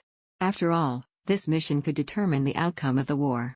Gritting her teeth, she secured her belongings to Rem's saddle. Just then, a familiar voice rang above her. Max. She jerked her head up, her eyes growing wide. Sidina was slowly making her way down the rock face, lugging a bag that looked as big as her. Max. I'm so glad you're all right. The girl cried, waving excitedly. Overjoyed to see her friend, Maxie ran over. As soon as Sidina nimbly landed on the ground, she grabbed Maxie's hands, her words tumbling out in a single breath. Forgive me for running away and leaving you behind. You've no idea how shaken I was when I heard you'd fallen off the cliff. Why, you have nothing to apologize for, Sidina. It's my fault for not making it out on time. Maxie patted the girl's shoulder with a flustered expression. But why the luggage? Don't tell me you were selected to join the scout party as well. Sidina nodded, dabbing her sleeve on the corners of her red eyes. Just my luck to draw the short straw. It seems you and I are both terribly unlucky, Maxie said with a bitter smile. Alburn, who had descended the cliff after Sidina, looked Maxie up and down. What's this? You're going as well? Maxie bit her lip. She did not dare ask what he meant. The hairs on her arms stood on end, and she glowered at Ruth resentfully. How could he burden her with such a big secret when she already had enough things to worry about? Should you be telling me such things so readily? Might I remind you, it was you who asked first? Even so. You should be more careful. What if someone were to hear you? What are you two whispering about? Maxie jumped like a startled frog. Only a few steps away, Riftan stood glaring at them. She nervously glanced around to make sure no temple knights were nearby, then gave him a stiff smile. And nothing. I was just asking Ruth for advice on how to better control mana. Riftan's eyes narrowed at her stammer. His look was probing as he stared down at her. We'll be departing soon. Go and find your horse. And remember to stay close to me, Elliot, or Ulysses at all times. Eli will. Maxie promptly walked over to where Ram was tethered. The other knights and mages gathered to see them off, and the scout party began their journey north with only a single wagon. Much to their relief, the weather was on their side. Brilliant sunlight shone over the snowfield, and the wind was unusually gentle. The party meticulously marked their path on the map as they traversed the frozen terrain. Confirming the location of the monster base was not their sole mission. Another important task was to map out routes in advance to help the coalition army in their future invasion. They scrupulously measured distances and marked the map with detailed observations of the landscape. Though it slowed them considerably, it was a prudent choice. It would save them from having to circle back just to map the terrain. When night fell, the once mild wind began to blow fiercely. They rode through the gust, stopping their horses when they came upon a large boulder. Leon gave the order to set up camp after carefully scanning the vicinity, and the knights executed his command with perfect efficiency. Meanwhile, the mages erected barriers to serve as windbreaks and lit fires around the camp to keep the horses warm. Though drawing monsters with a light was a real possibility, they could not afford to have their precious means of transportation freeze to death. Returning from his patrol of the area, Riftan said to Quail, "Let's have one man stand watch in turns." Before the temple knight could reply, Jeffrey, who was warming himself in front of the campfire, cut in. "Is that really necessary? We can cast a barrier around the camp so everyone can get a good rest. You would be better off conserving your mana. You will need it later," Quail replied firmly. "And there are monsters here resistant to magic. We would still need to stand watch even with a barrier." That's settled, let us take turns every 3 hours, said Riftan. While the knights decided on the order of the watch, the mages prepared supper. Sidina and Nevin prepared a pot full of stew while Maxie and Ruth sliced bread and cheese into bite-sized pieces. Once the food was ready, the party gathered around the fire. As she roasted her frozen bread on a skewer, Maxie watched Riftan eat. From time to time, he shared bits of his bread with Talon sitting beside him. She was pouting in jealousy when his eyes flew to her. "Why aren't you eating? Your bread's burning." Eli was just about to. Maxie hastily withdrew the skewer from the fire and saw the bread was already black-brown. She was staring at it in distaste when Riftan abruptly took it from her and gave her his. "You should eat now so you can go rest inside the tent. Tomorrow's weather will not be as nice. You will struggle if you don't get enough rest." Under the oak tree. Chapter 292. Riftan ate the almost charred bread in silence. After blankly observing him for a moment, Maxie bashfully cast her eyes down. He had been watching even when she thought he was not paying attention to her. Perking up, she finished her meal by dipping the stale bread in her stew. When complete darkness surrounded them, the knights placed the horses in the temporary stable and retired to their tents one by one. It was the Reamdragon Knight's turn to keep watch that night. Maxie's face fell as Riftan placed a bedroll over a leather hide next to the fire. It gnawed at her heart that her husband had to sleep outside in the cold. Was it necessary for one of the commanders to act as a guard when plenty of other knights were present? She was absorbed in her selfish thoughts when Riftan threw her a sharp look. "Why aren't you going in to rest?" "The commander is right, my lady," Ulysses chimed in with a bright smile as he laid his bedroll beside Riftan's. "You should rest now. You must be tired, after all." Maxie hesitated before slinking into one of the tents. The other mages were already sleeping in the dark, cramped space, swaddled cocoon-like in blankets. Maxie lay down next to Sidina. Though she was utterly exhausted from riding all day in the biting cold, sleep eluded her. After quietly staring at the dark tent ceiling, she turned her attention to the sounds outside. Eventually, the faint voices ceased, and an air of loneliness filled the night. For a long time, wheezing breaths and rumbling snores were the only sound. Maxie tossed and turned beneath her blanket for a while before giving up. She sat upright and poked her head through the tent flap. Her gaze immediately landed on Riftan, who was sitting by the fire. He had one leg stretched out before him and was poking the flames with a branch. When she saw that neither Elliot nor Ulysses were around, she wrapped herself in a blanket and walked over. Riftan's eyes had been serene as they stared into the flames.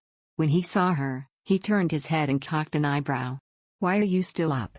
I woke because I was thirsty." "Where are the others?" "In there," he said, gesturing to the knight's tent with his chin. "I told them I'd wake them when their turn came. I didn't want them sitting here since both would refuse to sleep with me awake." Maxie crouched next to him with a bitter smile, and Riftan stared at her disapprovingly. "Go back inside and sleep. Another grueling journey awaits us in the morning. You should rest while you can."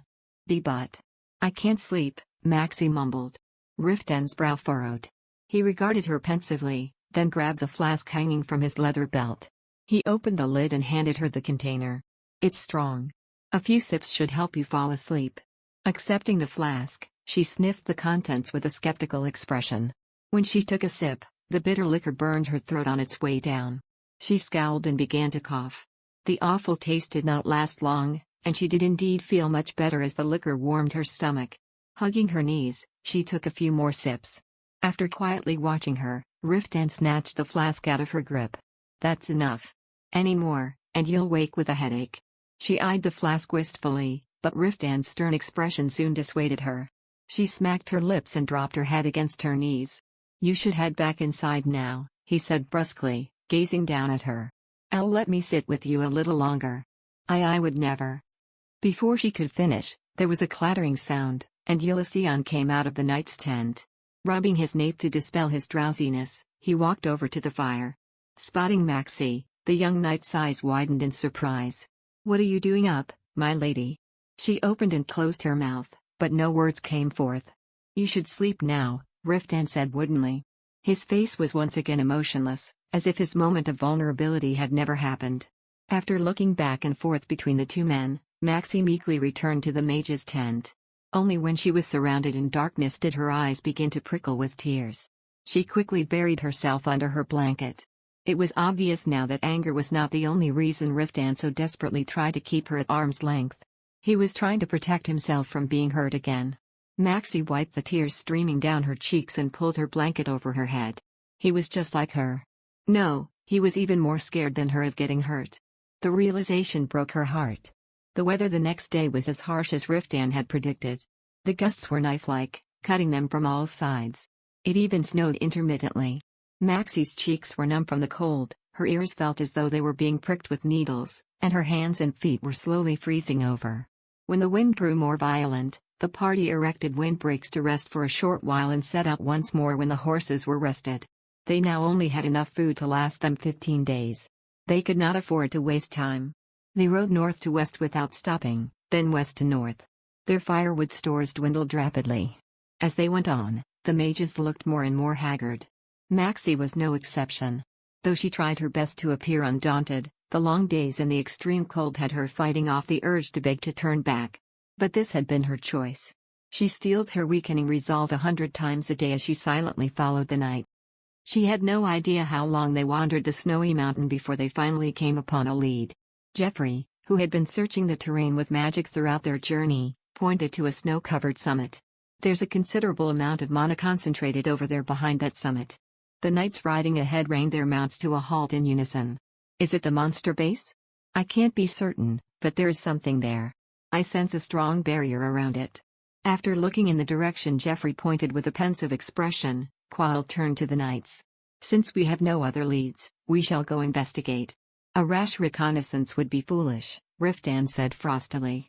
"We could be discovered by iron monsters. It would be better to hide the horses and the wagon somewhere and have a few men go investigate." Quail frowned as if to object, but he appeared to concede to Riftan's point soon after. He nodded. "Very well. We shall first search for a place to shelter." He turned his horse around, and the other knights followed. Knowing that Ren was always lagging, Maxie tried to encourage her on.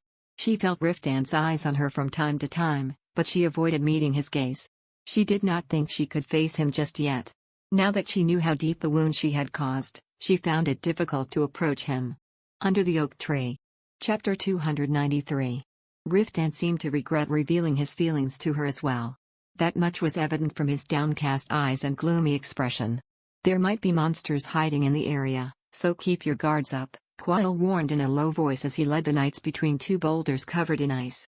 Maxie forced her thoughts away from Riftan and tried to take in their surroundings. All over the snow-covered knoll were large, ragged rocks shaped like hooks.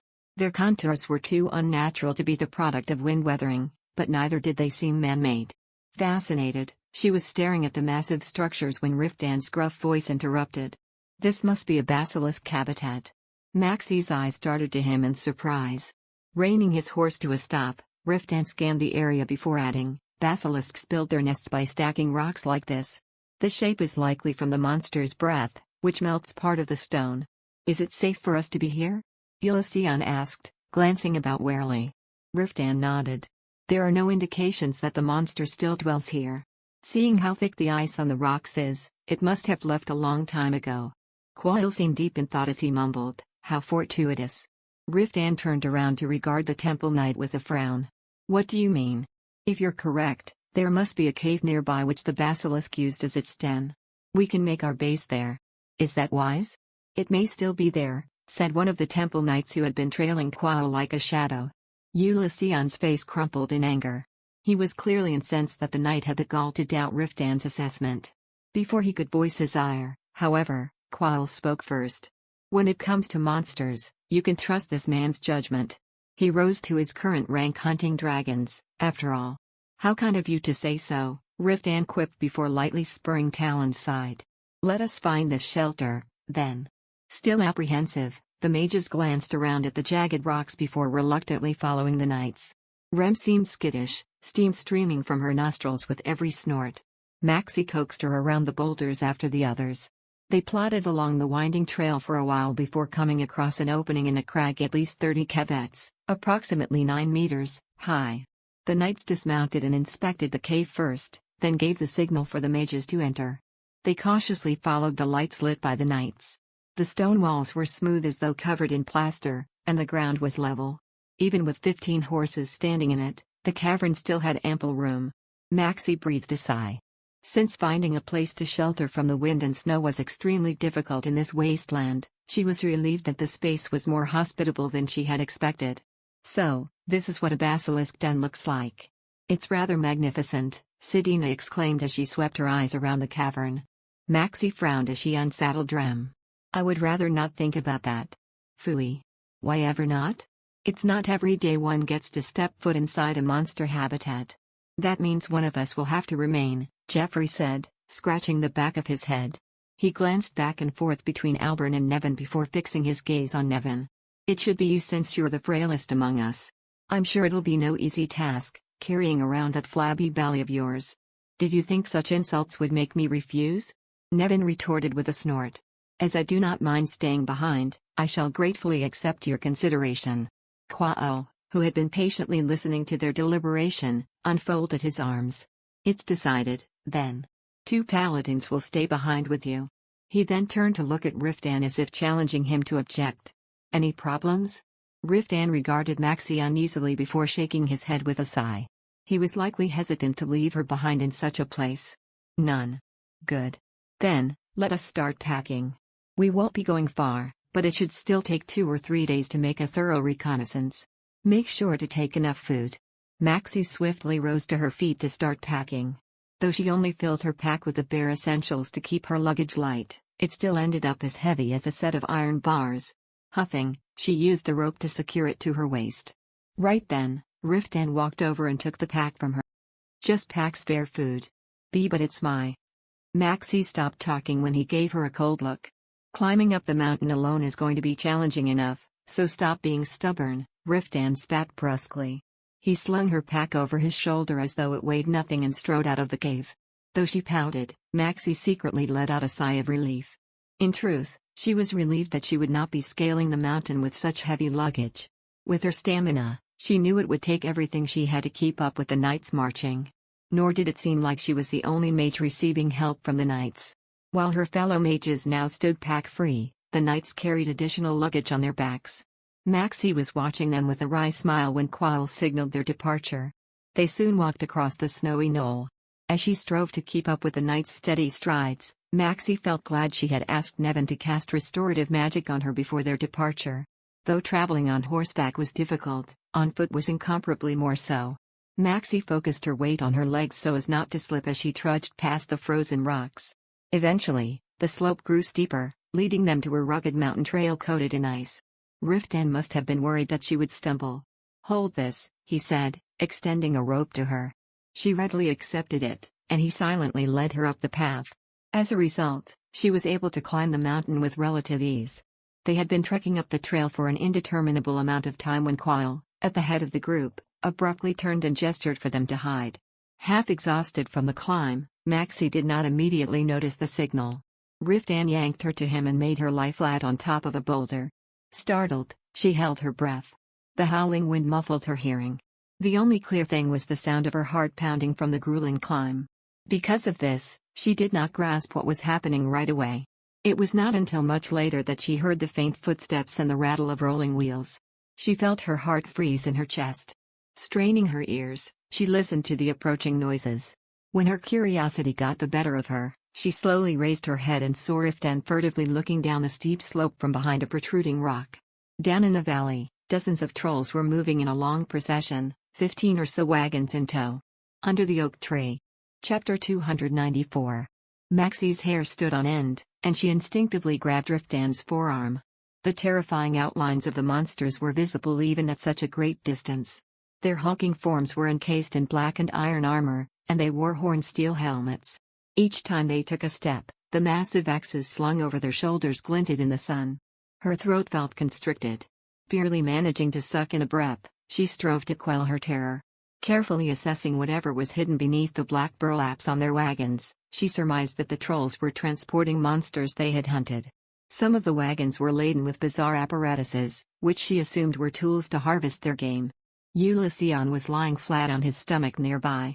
He asked in a low voice, "Should we follow them?" Riftan turned his head questioningly to Quail. When the temple knight gave him a nod, he turned to his two subordinates and warned, "We must move as quietly as possible."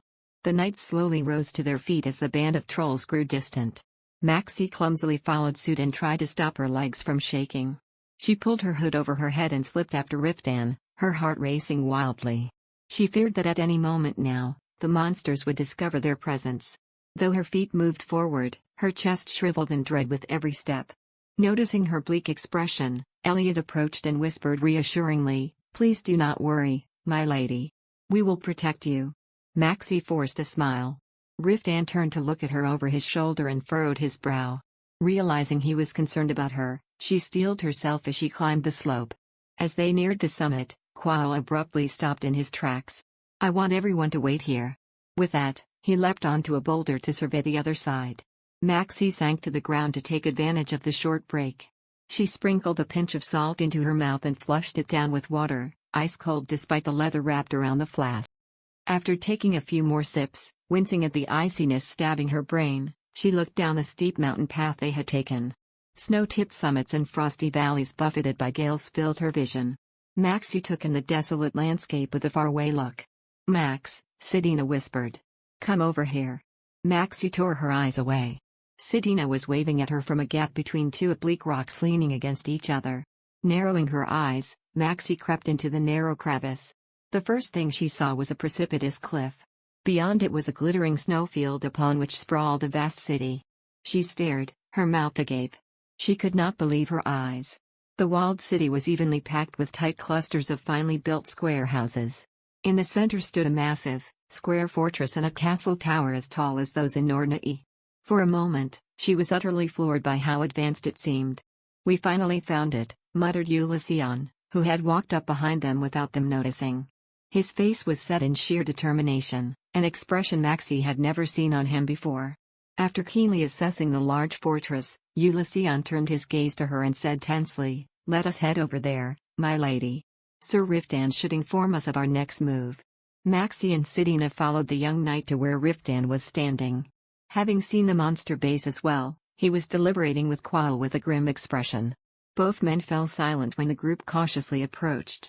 The grave atmosphere made Maxie narrow her eyes. What is it? Is there a problem?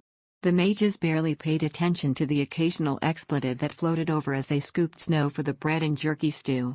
After adding a generous amount of liquid to bulk up their dwindling rations, the stew practically tasted like water. Even so, the meal tasted like a sumptuous feast to Maxie, who was ravenous after a day's march. Wrapped in a thick blanket, she sipped the watery stew from an empty beer vessel. Before she knew it, darkness had descended around them. Looking up from his food at Elliot, Ulysses asked with a hint of urgency. "Shouldn't we investigate the city right now?" The older knight shook his head. "Everyone will be tired from the climb. Better to rest for the night and scout around first. Delaying will only tire us out more. With rations running low, wouldn't it be better to get this over with as quickly as possible so we can return? Our lives are on the line, so we must act with caution." Ulysses opened his mouth to argue, but he was interrupted by Qual and Riftan returning to the tents, their argument apparently concluded. Though both men appeared discontented, they seemed to have reached a compromise. "Have you decided on how to divide the party?" Ruth asked as he folded the parchment in his hand and shoved it into his bag. "We have decided that Calypso and 2 paladins will take a few mages to investigate the city." "And who will those mages be?" quizzed Alburn. Riftan, who had plopped down in front of the fire, raised a finger to point at Alburn before slowly moving his finger to Jeffrey and Sidina, respectively. "The 3 of you will come with me. The remaining 2 will come with me to reconnoiter the terrain around the city," Qual said with obvious dissatisfaction. After vacantly looking back and forth between the 2 men's faces, Maxie shot to her feet when it dawned on her that she was one of the remaining 2. "Why am I not included in the group investigating the city?" she protested loudly. The decision had taken her completely by surprise. Until now, she had firmly believed that she would be in the same group as Riftan. Earth-based tracing spells can search wider areas than their wind counterparts. "That is precisely why we need you to survey the terrain around the city," Qual replied in his characteristically indifferent manner. He removed his gauntlet and placed it on the ground. "We require your ability to map the vast area surrounding the city. The Ream Dragon Knight's mage was selected for that reason, too, after I was informed of his earth magic capabilities." Ruth shrugged to express his nonchalance with a decision. Ulysses, who had listened in silence until now, muttered with a confused expression, "Then, who shall I go with? Am I to escort her ladyship as her guard or accompany Sir Riftan?" "You are to come with me," Riftan said woodenly as he filled his flask with stew. "Karen, I want you to go with the holy sword. Under the oak tree." Chapter 295. "Me?" Elliot glanced at Maxie hesitantly before nodding. "Yes, sir. Please leave it to me." Maxie dumbly opened and closed her mouth in disbelief. From the looks of it, the men had already decided she would go with Leon. She swiveled her head to the mages, hoping for support, but none seemed inclined to argue with the knight's decision. They all avoided her gaze. After eyeing her companions, Maxie latched on to Sidina, who was roasting a piece of bacon on a long skewer. "Won't you switch places with me, Sidina? I'm sure you'd rather not go somewhere so dangerous." Shaking her head, Sidina said with a grin, "I really don't mind." She appeared to be tipsy from the wine she had been sipping. 11 He would be a lie if I claimed not to be scared, but I'm sure Sir Riftan will keep us safe. I intend to get a good look at this city of monsters so I can brag about it later to Annette. "We are not going on holiday," Riftan said incredulously, furrowing his brow. Sidina paid no attention to his cold retort and continued cheerfully, "Now that I'm going, I prefer to be optimistic about it. A glum face only makes things more difficult." "I think a little apprehension would do you good," Jeffrey said with a sigh. "Such blind optimism will get you hurt." Sidina shrugged and shoved the crispy bacon strip dripping with grease into her mouth. She washed down the food with her remaining wine and said primly, "I shall do everything that's expected of me, so enough of your needless worrying." Seeing that the others were set on following Riftan and Qual's decision, Maxie slumped her shoulders in disappointment. Riftan, however, rose to his feet after having finished his food in short order. "You should all go rest now. We will be facing greater challenges in the morning." When his eyes briefly landed on her, Maxie looked down with a sullen expression. She could not help but be greatly upset that he had chosen to go somewhere so dangerous without her. After quickly draining the rest of her tepid stew, she got to her feet and crawled inside one of the narrow tents. There, she curled herself into a ball and burrowed beneath her blanket. Before first light the following day, the party cleared all traces of their stay behind the boulder and began their descent. To their great dismay, snow began to fall not long after. Groans erupted from the party one after the other. The knights, on the other hand, seemed to welcome the harsh weather. The snow makes the climb down more difficult, but it helps us avoid detection, Elliot explained, gazing at the city shrouded in mist. Still, you must be careful not to slip, my lady. Maxie bobbed her head. The squall was so fierce that it was difficult even to open her mouth. Her joints felt frozen solid. Pulling her hood lower to block the wind as much as possible, she picked her way across on the rocky ground. They had been moving without rest for quite some time when a gentle slope finally emerged. They stopped to rest at the foot of the mountain, allowing a brief moment to catch their breaths. Soon, it was time for the party to split up. They divided the remaining provisions and travel equipment in two. Since there are 5 of us and 7 of you, this should be enough, Quail said, handing Riftan a sack. Riftan opened the sack to check the contents, then passed it to Ulysses. When are we to meet up again? All investigations must be completed within 5 days. That's hardly enough time. Riftan brushed off the snow on his coat and knitted his brow. It's going to take a while to reach the city without being detected. We'll hardly have enough time to look around the ramparts. How much farther are we going? The sun is going to set soon. Don't tell me you're trying to freeze us to death. Quail paused for a moment to look up at the gray sky. Maxie plopped down on a flat rock and took a moment to catch her breath. Her feet ached as though nails were rammed into her soles, making it painful for her to remain standing. Though it seemed as though Quail wanted to continue a little further, he relented with a sigh when he saw that both Maxie and Ruth were at their limits.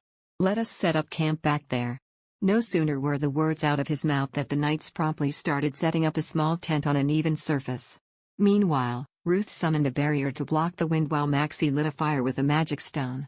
Crouching in front of the flames, Ruth grumbled, I doubt we'll be able to conduct a decent reconnaissance at this pace. It will be a miracle if we don't freeze to death.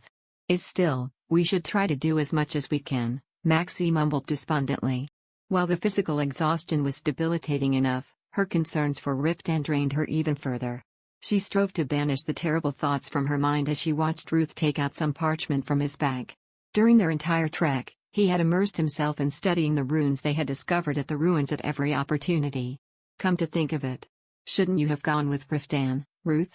With Master Kalto's request and all. Seeing him blink rapidly, Maxie surmised that he must have forgotten all about it.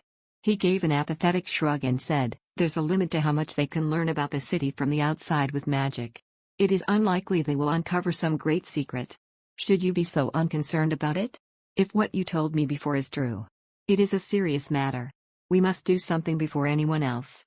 What are you talking about? Maxie jumped at the sudden voice that came from above her head. Quail's piercing green eyes looked down at her. She frantically waved her hands as she felt a chill run down her back. It's nothing. Quail furrowed his brow in suspicion but did not pry further. He lowered himself before the campfire and handed them a sack containing their food. We will need you to use search magic starting tomorrow. How wide an area can you cover? 11T depends on how tightly we weave the mana net. With a loosely woven one, we can survey this whole side of the mountain. But you can expect little precision. Quail stroked his chin, looking lost in thought, and Maxie mused that it must be a habit. The temple knight produced a map, which he opened on his lap. For now, I think it would be best for us to scout the route our army can take. Elliot sat next to him. We will need siege engines to take the city, which means we must find a wide and gentle valley to transport them. Maxie recalled the towering walls that enclosed the monster city. The impressive ramparts had looked sturdy even from afar. If the dark mages had also reinforced them with defensive magical devices, they would not be able to take the walls down with magic. They would have to rely on brute force. There is also the problem of supplying the army with provisions and firewood, said Quail. The supply route will become our lifeline if the war drags on. To efficiently supply our troops, we will have to secure several routes just in case. He drew a long line on the map with a piece of charcoal and added, let us focus on this area for now. Elliot looked down at the map, his head tilted, and nodded in agreement. Under the oak tree. Chapter 296. We are short on time, so we'll have to set out early tomorrow, Elliot remarked, then regarded Maxie and Ruth with a worried expression. Will that be all right with both of you? Would you turn back if we said no? Ruth said flatly as he prodded the fire with a long skewer. "It's do or die, I suppose." Elliot replied with a bitter smile. Soon, the group filled their stomachs with bread porridge and retired for the night. Since they had only packed a single tent in an attempt to travel light, 4 people had to sleep crammed inside while 1 kept guard. Having slept next to Sedina thus far, Maxie felt a little on edge in a tent full of men. However, she settled herself in the corner without betraying her discomfort. This was not the time to be worried about propriety. Ruth was next to her, swaddled cocoon-like in a blanket, and the knights lay beside him with their backs turned. With only her face poking out of her covers, Maxie wordlessly blinked up at the magic stone hanging from the tent ceiling. The stone warmed the air inside, but the ground was still as cold as ice. Huddled in her coverings, she listened to the howling wind outside. She was too tired to lift a finger, but sleep still eluded her. She wondered what Riftan was doing right now. Knowing they needed to start their reconnaissance that very night, she could not help but worry about how he was surviving this bitter cold. What if the monsters discovered them? As her imagination spiraled into darker speculations, she squeezed her eyes shut to drive the terrible images away.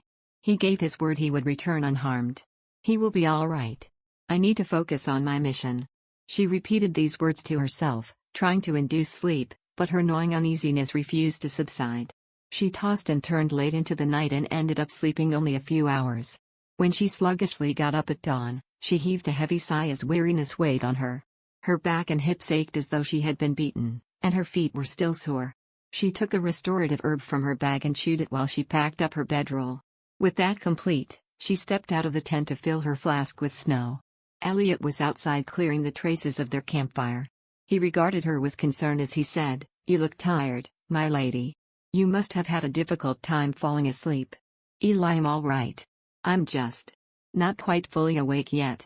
She tried to give him an awkward smile as she rubbed her haggard face. Complaining when the knights had to take turns keeping the night watch felt disgraceful. "I'm sure I'll feel better as we walk. Allow me to cast restorative magic on you." Maxie jerked her head up at the unexpected interruption. Quail had come up to her undetected. Having already taken off his glove, he lay a hand over her face and began muttering in Remian. An invigorating, ice-cold energy seeped into her. She stiffened as it brought with it memories of all the divine magic healing she had received after beatings by her father. Thank you," she managed to say respectfully while trying to shake off the repulsive feeling. "There is no need for thanks," Quail replied indifferently, slipping his glove back on. 11 is a necessity to ensure the running of the mission. We would only be delayed if you were to lag behind." With that, he nodded to his aide. "Gather your belongings. Let us head out." Everyone collected their packs and promptly set off. The sky was bright before long. Holding up a cupped hand, Maxie shielded her eyes from the blinding sunlight. The snow-covered mountain path shimmered. It was turning out to be one of those rare, sunny days. "Where do you want us to start the search?" asked Ruth. Quail keenly surveyed the landscape and said in a low voice, "A little further." The group resumed the trek in silence. Maxie carefully maneuvered her way after the temple knight, taking care not to slip. The wind was much calmer than yesterday, allowing an easier journey across the mountain. Finally arriving at their destination, Quail stopped and said, "This should be a good spot. Please start the search here." Maxie wiped the sweat off her brow as she glanced around. On their left rose the steep slopes of the snowy mountains, and on their right ran a row of dark, irregularly shaped rocks. "Is something wrong? One sensed something strange around this area. Could you check what it is?" "Somewhere here," Maxie said, pointing to a spot on the map. Furrowing his brow, Ruth got down on one knee beside her and placed his hands on the ground. When he ended the tracing spell, he cocked his head and said, "One couldn't detect anything strange." Really? It felt like something was disrupting my spell," Maxie said, her cheeks growing red from embarrassment. She grew disheartened, concluding that it was her incompetence to blame. "I'm sorry. I must have been mistaken." "Even so, we should check the place to be certain," Ruth suggested after pensively studying the map. "The tracing spell I use is merely an imitation of that used by the mages of Gnome Hall. Only Earth mages are able to forge an intimate agreement with the gnomes. If this thing you feel is buried underground, you are more likely to sense it than me." Quail walked over to them and looked down at the map. "That is not too far from here. Let us go." Maxie gulped. It would be terribly embarrassing if they found nothing there. Noticing her lack of confidence, Ruth clicked his tongue. Please be precise, my lady. Did you sense something or not? You are also a full-fledged mage. Feel free to state your opinions clearly. Eli did. Then, we should go, Ruth said blandly, picking up his bag. Maxie looked at Quail, but the knight simply stared back at her, prompting her to lead the way. She began to trudge on. They climbed upward until they came across a large boulder. After circling it, the landscape opened up in front of them, and in the distance stood the monster city. Maxie was staring at it when she heard Ruth. My lady, come look at this. She whirled away and pushed through the knights to get to Ruth. As she approached, she saw a white stone among the ice and rock. It was inscribed with a rune. Her eyes widened as she spun around. What was it doing out here? Do you know what it is? 11T is a rune to suppress magic, Ruth said after carefully inspecting the intricate pattern. What do you mean? Quail probed, stepping next to him. One mean just that. It weakens magic. Such runes are usually used during experiments to prevent a spell from getting out of control. Now that you mention it, I do remember seeing a similar one at the Mage Tower, Maxie said without thinking. When she realized her slip, her eyes nervously darted to Quail. She feared she might have given the Temple Knight the impression that the Mage Tower was engaging in dangerous experiments. Quail appeared unconcerned. He said with his usual indifference, there must be something here. Let us make haste. Under the oak tree. Chapter 297. The Temple Knight slid down the steep slope behind a boulder. Maxie vacantly watched his nimble descent before clambering after him on her hands and knees. After what seemed like forever, she finally reached the bottom. A breath of relief slipped out as she glanced around the ravine. Vast walls of gray rock towered over them on either side. Up ahead, smooth stones were piled in a makeshift staircase that led further down. Even at a glance, it was clear that the steps were not a product of nature. Ever the vigilant guard, Elliot warily scanned their surroundings. Is this where you felt the dissonance, my lady? Placing her hands on one of the rock faces, Maxie released her mana into it. She nodded. Why yes. I'm getting the same feeling again. Ruth was bent over, trying to catch his breath. He touched the wall when he saw Maxie, followed by the subtle arching of an eyebrow. 11T appears the magic negation that's circulating this area is interfering with our magic. That's why my tracing spell was unable to detect anything. Of course, an earth spirit would be more sensitive to this sort of disruption in the mana flow. Maxie's face darkened. Why had the dark mages set up such a place? The site may well be a testing ground for dangerous spells, or a hiding place for something.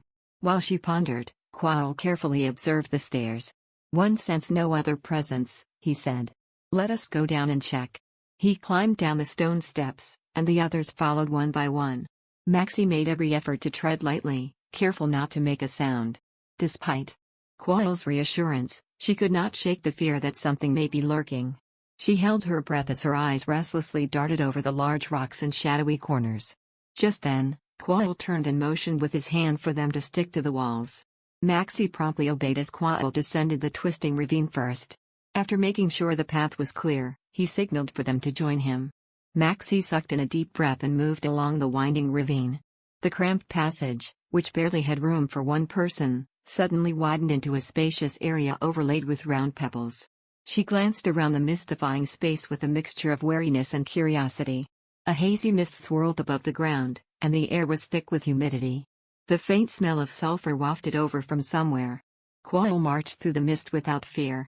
Stopping to point at the towering rock face, he said, "There is an opening here." Ruth went up to him first and peered inside the dark cave. Do you see anything?" Maxie asked. Ruth shook his head. "It looks quite deep. Perhaps you could use your tracing spell?" Maxie walked across the field of pebbles and stopped in front of the cave. When she placed her hand on one of the walls and started the spell, she could not sense a thing. It was as if a black curtain veiled her vision. "One can't do it. My magic isn't working." "That means we'll have to explore inside," said Quail. He sighed before stepping into the cave. Maxie looked up at him, startled. How could he enter without the slightest inkling of what could be lurking inside? She grabbed his cloak out of instinct. "It might be dangerous." Quail furrowed his brow. "How interesting," Quail remarked with both anger and disdain. Maxie swept her eyes across the cavern in horror. At least 30 basilisks were sleeping inside their niches. Did this mean that the dark mages had even tamed high-grade monsters like the basilisk? As far as she knew, it took 40 or more season nights to hunt a fully grown basilisk. She could not imagine the horror of what such dangerous monsters could unleash if used in battle. Ruth paused after running his fingers along the iron bars confining the monsters to their enclosures. They were forcefully put to sleep. I think the runes to suppress magic were intended to stop them from growing past a certain size. Does that mean the monster army has no control over these creatures either? Elliot asked. Ruth shrugged lightly. They wouldn't have created such complicated cages if they did. More likely, they are breeding the creatures for their magic stones. Maxie's shoulders sagged with relief. Then. That means we don't have to worry about basilisks being used in battle. Are you absolutely certain? Because I have seen a lizardman riding a drake, Quail said frostily as he peered inside an enclosure. Ruth snorted. Only a few drakes were brought to battle. If the enemy could bend the dragon subspecies to their will, nothing would have stopped them from sending out a wyvern, worm, basilisk, or any other high-grade species. The fact that they did not means there are limitations to the sorts of monsters they can control. Quail searched Ruth's face before turning his gaze back to the sleeping basilisks. His eyes glinted in the dark, scouring every inch of the cavern. An eerie feeling came over Maxie. He seemed to be searching for something. One suggests we get out of here first. This place might be run by a monster. Linger too long, and we might, Elliot's anxious warning was cut short, and the Temple Knights drew their swords in nearly the same heartbeat. Maxie suppressed a scream. A shadowed figure charged toward them. The glint of steel flashed in the dark, and a blade flared blue as it cleaved the monster in half. Before anyone could identify the attacker, Quail's voice rang through the cave. There's one more. Don't let it get away. Another figure darted toward the passageway they had come down.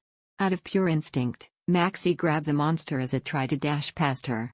She felt coarse, brittle fur. Despite her repulsion, she latched onto the creature. This fiend would alert the monster army if it got away, which would start a hunt for the intruders. That would put Riftan in danger. These were the thoughts that flashed through her mind as she tightened her grip. My lady. The monster proved strong and agile. It dragged her to the passageway, where it finally managed to fling her aside. All of this happened in the blink of an eye. Only a few steps behind them, Elliot drove his sword into the monster. Unfortunately, it proved not to be a fatal blow, perhaps because of his concern for her. A spine-chilling shriek filled the cavern, followed by a loud rumble. Maxie looked over her shoulder in terror. Behind her was a new opening in the wall, and standing in it were two goblins carrying torches. When she saw them pull at the snake-head sculpture on the wall, she instinctively threw herself at the entrance and managed to land on the other side before it slid shut. She cast a shield to block the goblin's attacks and yanked the snake's head. The trigger refused to budge. Her face blanching in dismay, she looked behind her. A cold voice rang out with a hint of incredulity, I can't quite decide whether you're faint-hearted or brave. Maxie's eyes widened. She was not the only person who had leapt into the secret passageway.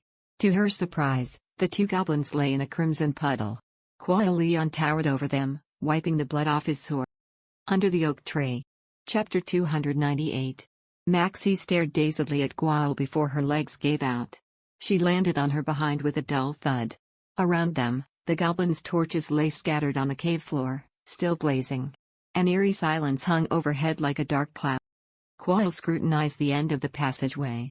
Satisfied that there were no other imminent threats, he sheathed his gracefully curved, crescent moon sword. This passage must lead somewhere. His calm voice snapped Maxie out of her trance. Doing her best to collect her wits, she said, I think we should look for a way to open the door first. As she shakily rose to her feet using the wall for support, something bumped against her heel. She looked down in surprise. A goblin's head stared back up at her. She jumped, stifling a scream. The flickering torches shone a stark light across the monster's dark red face, contorted in pain. Fighting the urge to hurl, she tore her gaze away. It appeared she now had one more traumatic experience involving goblins. Allow me, Quail said, sighing. Maxie glanced over her shoulder to see him kick the goblin's head with his armored boot, sending it rolling to its decapitated body. He tossed the cloth he had used to wipe his sword over the carcass. Soon, blue flames crept over the monster corpses.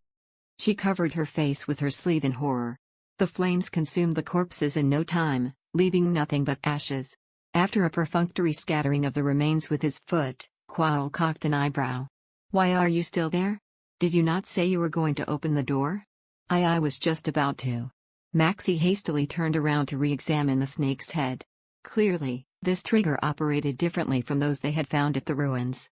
No amount of maneuvering was able to make it budge. Biting her lip, she studied the rune on the wall.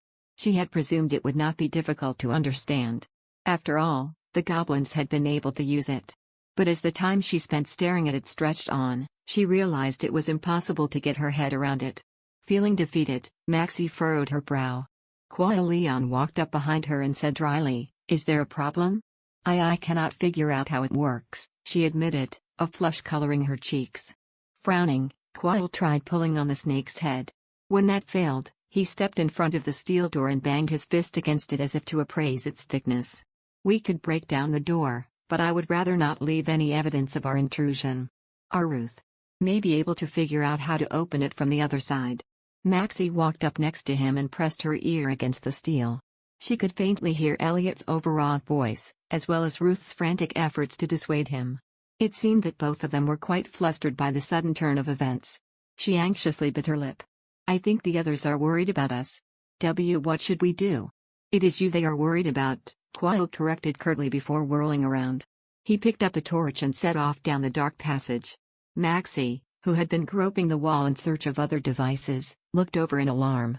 Where are you going?" "We cannot wait here forever. Surely this leads somewhere. And where that is, I must find out." "Are you mad?" Maxie shrieked. She hastily covered her mouth when her voice echoed off the stone. She scurried after him and chided in a hushed voice, "What could the two of us possibly do? It's too dangerous. We should figure out how to open the door first so we can." "We do not have time to waste," Quail said firmly without slowing his pace. "And if my assumption is correct, this passageway is likely connected to the monster base. It is vital that we confirm this." Quail coiled an arm around her and stepped them both behind one of the columns. Maxie's eyes widened above his hand that clamped over her mouth. Meanwhile, his gaze was fixed on the empty wall ahead. A moment later, the wall slid open and something stepped out. Maxie held her breath. The creature had a wrinkly face, a hawk nose, strangely bent joints, and limbs covered in long fur. A kobold. The hyena-like monster sauntered into the passageway and started moving in their direction. Quail made an instantaneous decision. He released Maxie and sneaked up behind the kobold, his dagger drawn. In a swift, single stroke, he sent the creature dropping to the floor in a fountain of blood. It did not utter so much as a groan. Quail then turned the corpse into ashes with his divine magic. "I've stained my clothes." He eyed the spatter of blood on his habit in repulsion before motioning with his head at Maxie. "Can you check where that tunnel leads?" he asked, pointing to the entryway the kobold had come through. Maxie promptly rushed to the door and used the tracing spell. This time, it did not take long for her to reach the end. This newly discovered passageway was rather short and led outdoors. "It appears to lead outside." "That certainly seems to be the case," Quail replied, picking up the spear the kobold had dropped. He swiftly burned the weapon to ashes as well, then indicated to the door with his head. "We can go out through here. But the others are. We will tell them we've found another way out and have them leave as well." With that, he began to retrace his steps. Maxie practically had to run to keep up with his long strides. As expected, Ruth had failed to figure out how to open the door. When Maxie pressed her ear against it, Elliot's muffled, anxious talking filtered through. Quail stood facing the door and called for his subordinate in a clear voice. It was nothing short of astonishing that he was able to make himself heard without shouting. "We have found another way out, so you and the others are to leave at once as well." His subordinate responded that he understood. "And before you leave," Quail added, "wake some of the basilisks. We must make the monsters believe they went berserk and killed the goblins. That's too dangerous. Basilisks could injure." Ignoring Maxie's protests, the temple knight turned around. She glowered at his back in disbelief. Could there be a more self-righteous man? She eyed the steel door with concern before reluctantly trailing after him. When they broke free of the tunnel, they were greeted by a raging blizzard across a purple sky. Maxie inhaled sharply. They were in a wide clearing. Off to the side was a mound of basilisk heads, their fleshy crests sticking out of the snow. Goosebumps prickled over her whole body at the ghastly sight. First a breeding farm, now a slaughterhouse? Quail muttered. He set off across the snow. "We must search for shelter first. Hurry." First a breeding farm, now a slaughterhouse? Quail muttered. He set off across the snow. We must search for shelter first. Hurry. Maxie dashed after him as he led them out of the clearing with such quick steps that she barely had a chance to be afraid. By the time they began clambering down a rocky path, she was gasping for air and using the last of her reserves to keep up. The temple knight moved so briskly with so little consideration for her that she began to fear he had completely forgotten about her existence. He forged ahead without a glance back. After what seemed like forever, Quail pointed to a hollowed-out boulder. This will do. Maxie panted like a hound under a scorching sun. Her breath felt stuck in her chest, making her feel woozy. She sank to the ground without bothering to take in the shelter Quail had chosen. Under the oak tree. Chapter 299. Could you cast a barrier here? Quail paused from unfurling a mat over the cold ground to point to the side of the boulder. Maxie tottered over on unsteady legs and summoned a barrier to block the wind. The effort drained the last of her energy, and she went slack with exhaustion. Meanwhile, Quail fashioned the cloth he had used to carry his things into a small awning overhead. Maxie could barely keep her drooping eyelids open as she watched him start a fire in the dirt. They had not brought any firewood with them. She silently wondered how he would manage. When he successfully got a blaze going, she squinted down to see a heap of red feathers beneath the flames. What is that? She asked, staring vacantly. Basilisk feathers. They were piled on one side of the cave, so I took some. Wondering when he had managed to slip some away, Maxie stared at the knight with a stupefied expression. He continued placing rocks on the burning feathers to stop the wind from blowing them away. I suddenly recalled hearing that basilisk feathers are highly valued as fuel in Balto, as they do not burn out once lit, he explained. I'm glad I did it. Blinking listlessly, Maxie tried to imagine the temple knight commander stashing the feathers in his pocket. A small chuckle slipped out. Quail stared at her in bafflement, clearly unsettled by the giggle of a woman on the brink of collapsing. Maxie shook her head to dismiss his questioning gaze. We should probably eat something. I shall collect some snow. Quail picked up his flask and walked behind the barrier. Meanwhile, Maxie fished out the emergency ration from the bag. Inside the pouch were 2 slices of jerky, a lump of bread, and a hunk of cheese. Distraught, she was gazing down at the meager meal when Quail tossed a leather pouch in front of her. There should be some bacon and wine in there. She hesitated before taking out the food. Using a knife to dice the frozen ingredients, she poured everything into boiling water to make a simple stew. Once their hastily prepared meal was ready, the pair sat by the fire to sate their empty stomachs. It was dark by then, and the wind was blowing more fiercely. Maxie anxiously looked down the bleak, rocky mountain shrouded in darkness. The time she had been trapped in a cave with Riftan came to mind. She had not felt any fear back then. In fact, all she had felt was happiness at being alone with him. The prospect of spending the night with this cold and unfamiliar man made her tense. Hugging her knees, she huddled within her cloak. Just then, she felt something heavy fall across her shoulders. You should get some sleep. We are to set out again at first light. Maxie frowned down at the blanket Quail had draped around her. But this is yours, Sir Quail. Your effects are currently with the Ream Dragon Knights, are they not? He pointed out, tossing another crimson feather into the fire. I would prefer that you didn't freeze to death. If anything were to happen to you, I would have to fight Calypso before we could start this war with the monsters. I should like to spare myself the trouble. Maxie's face grew flush with anger. It felt as though he were mocking Riftan's blind affection for her. Even if something were to happen to me, I doubt Riftan would blame you for it, Sir Quail, she said icily. Calypso tried to see everything through the dragon's eyes as though he were playing a game of chess. Sector's thoughts, desires. How this monster drunk on its own sense of omnipotence, would look at humans, and why it did nothing while these humans were nosing around its territory. He sought to read the dragon's mind. His cold eyes flew to Maxie. And he managed to do it. If it weren't for him, the campaign would have been a devastating failure. A strange shudder coursed through Maxie as she stared into the paladin's tranquil eyes. She got the sense that he had condensed several events together. But, knowing the man's personality, she did not think it likely he would elaborate.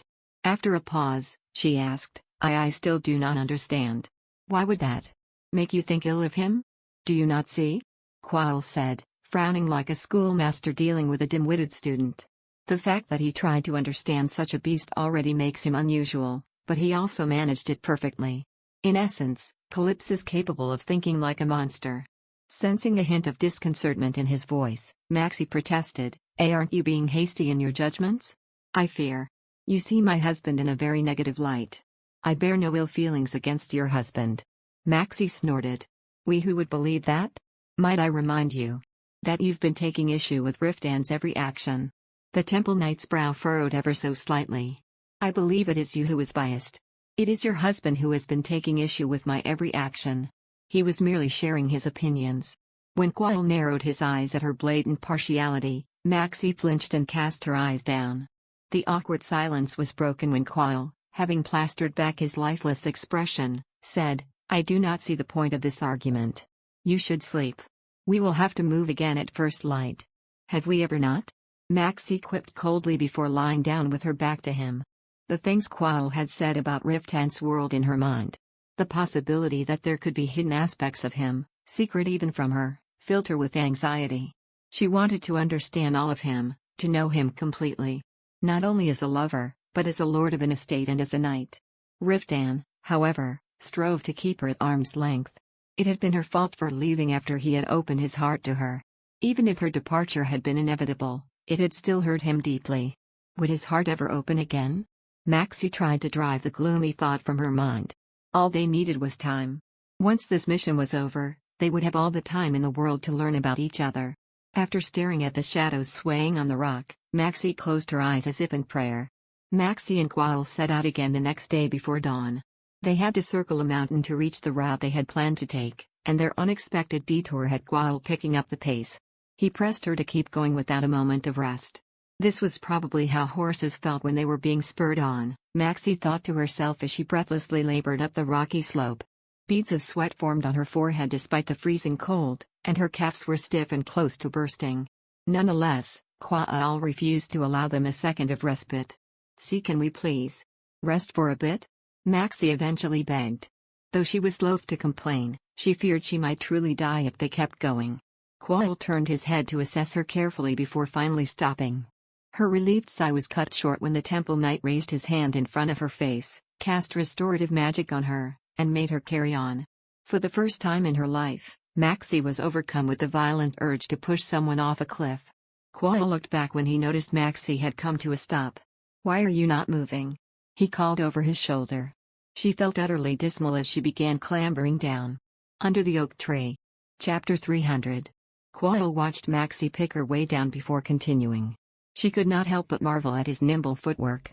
While she was slowly becoming a snowman from her numerous tumbles in the snow, the paladin was surprisingly well kempt. They pushed forward with their descent until they came across a towering rock face blocking their path. Could you use your tracing spell here? Said Quail, turning to her. Gasping for air, Maxie nodded slowly.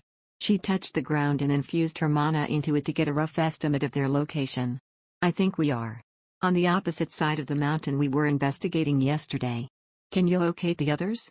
She considered it, then shook her head. I would have to weave a very tight net. Such a vast area would require an immense amount of mana. Then, we can only hope they will be able to find us, Quail muttered with a sigh before moving along the rock face. Maxie followed in silence, her pride slightly wounded. Ruth was with the others, he would no doubt be able to locate them without much trouble. After all, wind-based search magic was much more efficient at pinpointing specific targets. As she trudged through the snow, she prayed with all her heart for Ruth to find them as quickly as possible. Just then, Quail drew his sword. Monster up ahead. Be prepared to cast a barrier. Maxie kept her eyes on the jagged boulder along the path as she hastily gathered her mana. She was summoning a barrier when a head rose from behind the boulder's crest. She froze. Throughout the years, she had seen her share of frightening things. None compared to the ghastly sight before her. She stared up at the ghoulish ogre in horror. Dark red blood dripped from the monster's face. Clenched between its thick lips was a disembodied green arm, and the limp corpse of a goblin hung from its stubby hand.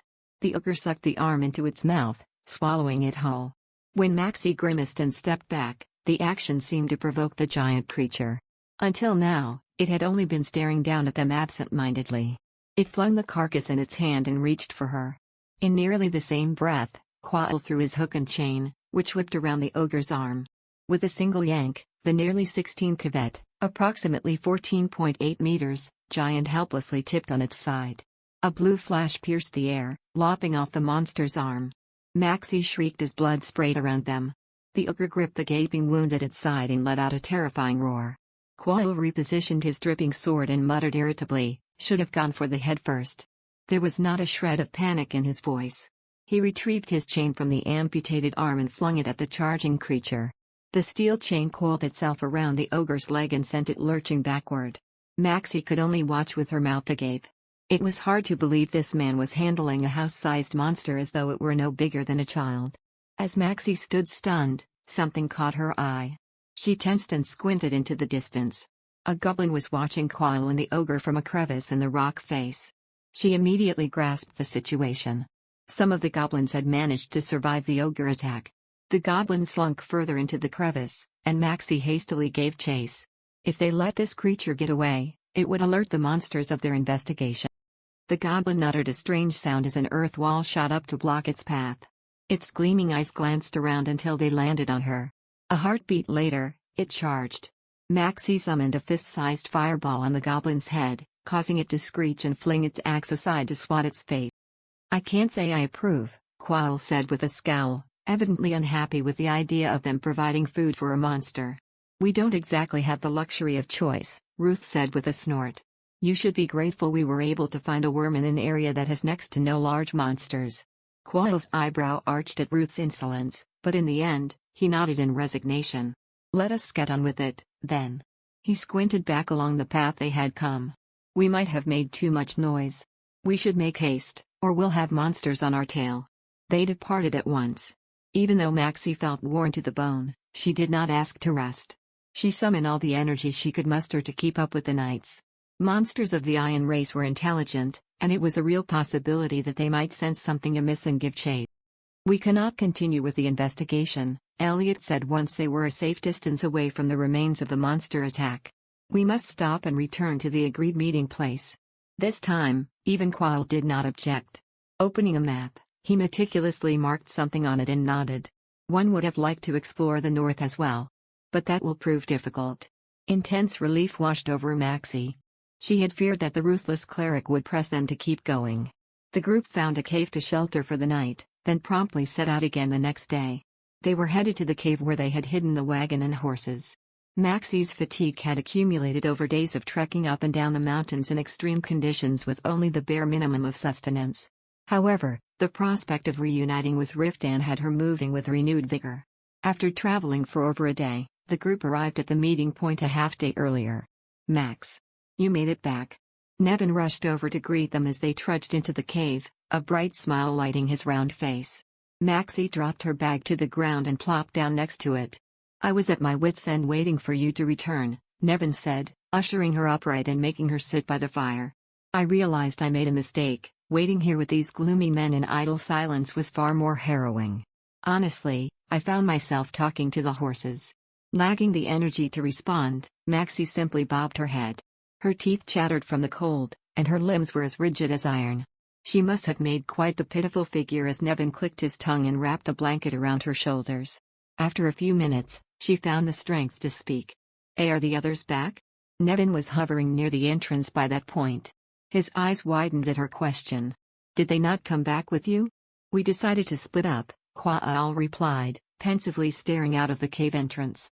"We agreed to meet back here in 5 days, but it appears they have yet to return." A strange sense of dread crept over Maxie. Did something happen to them?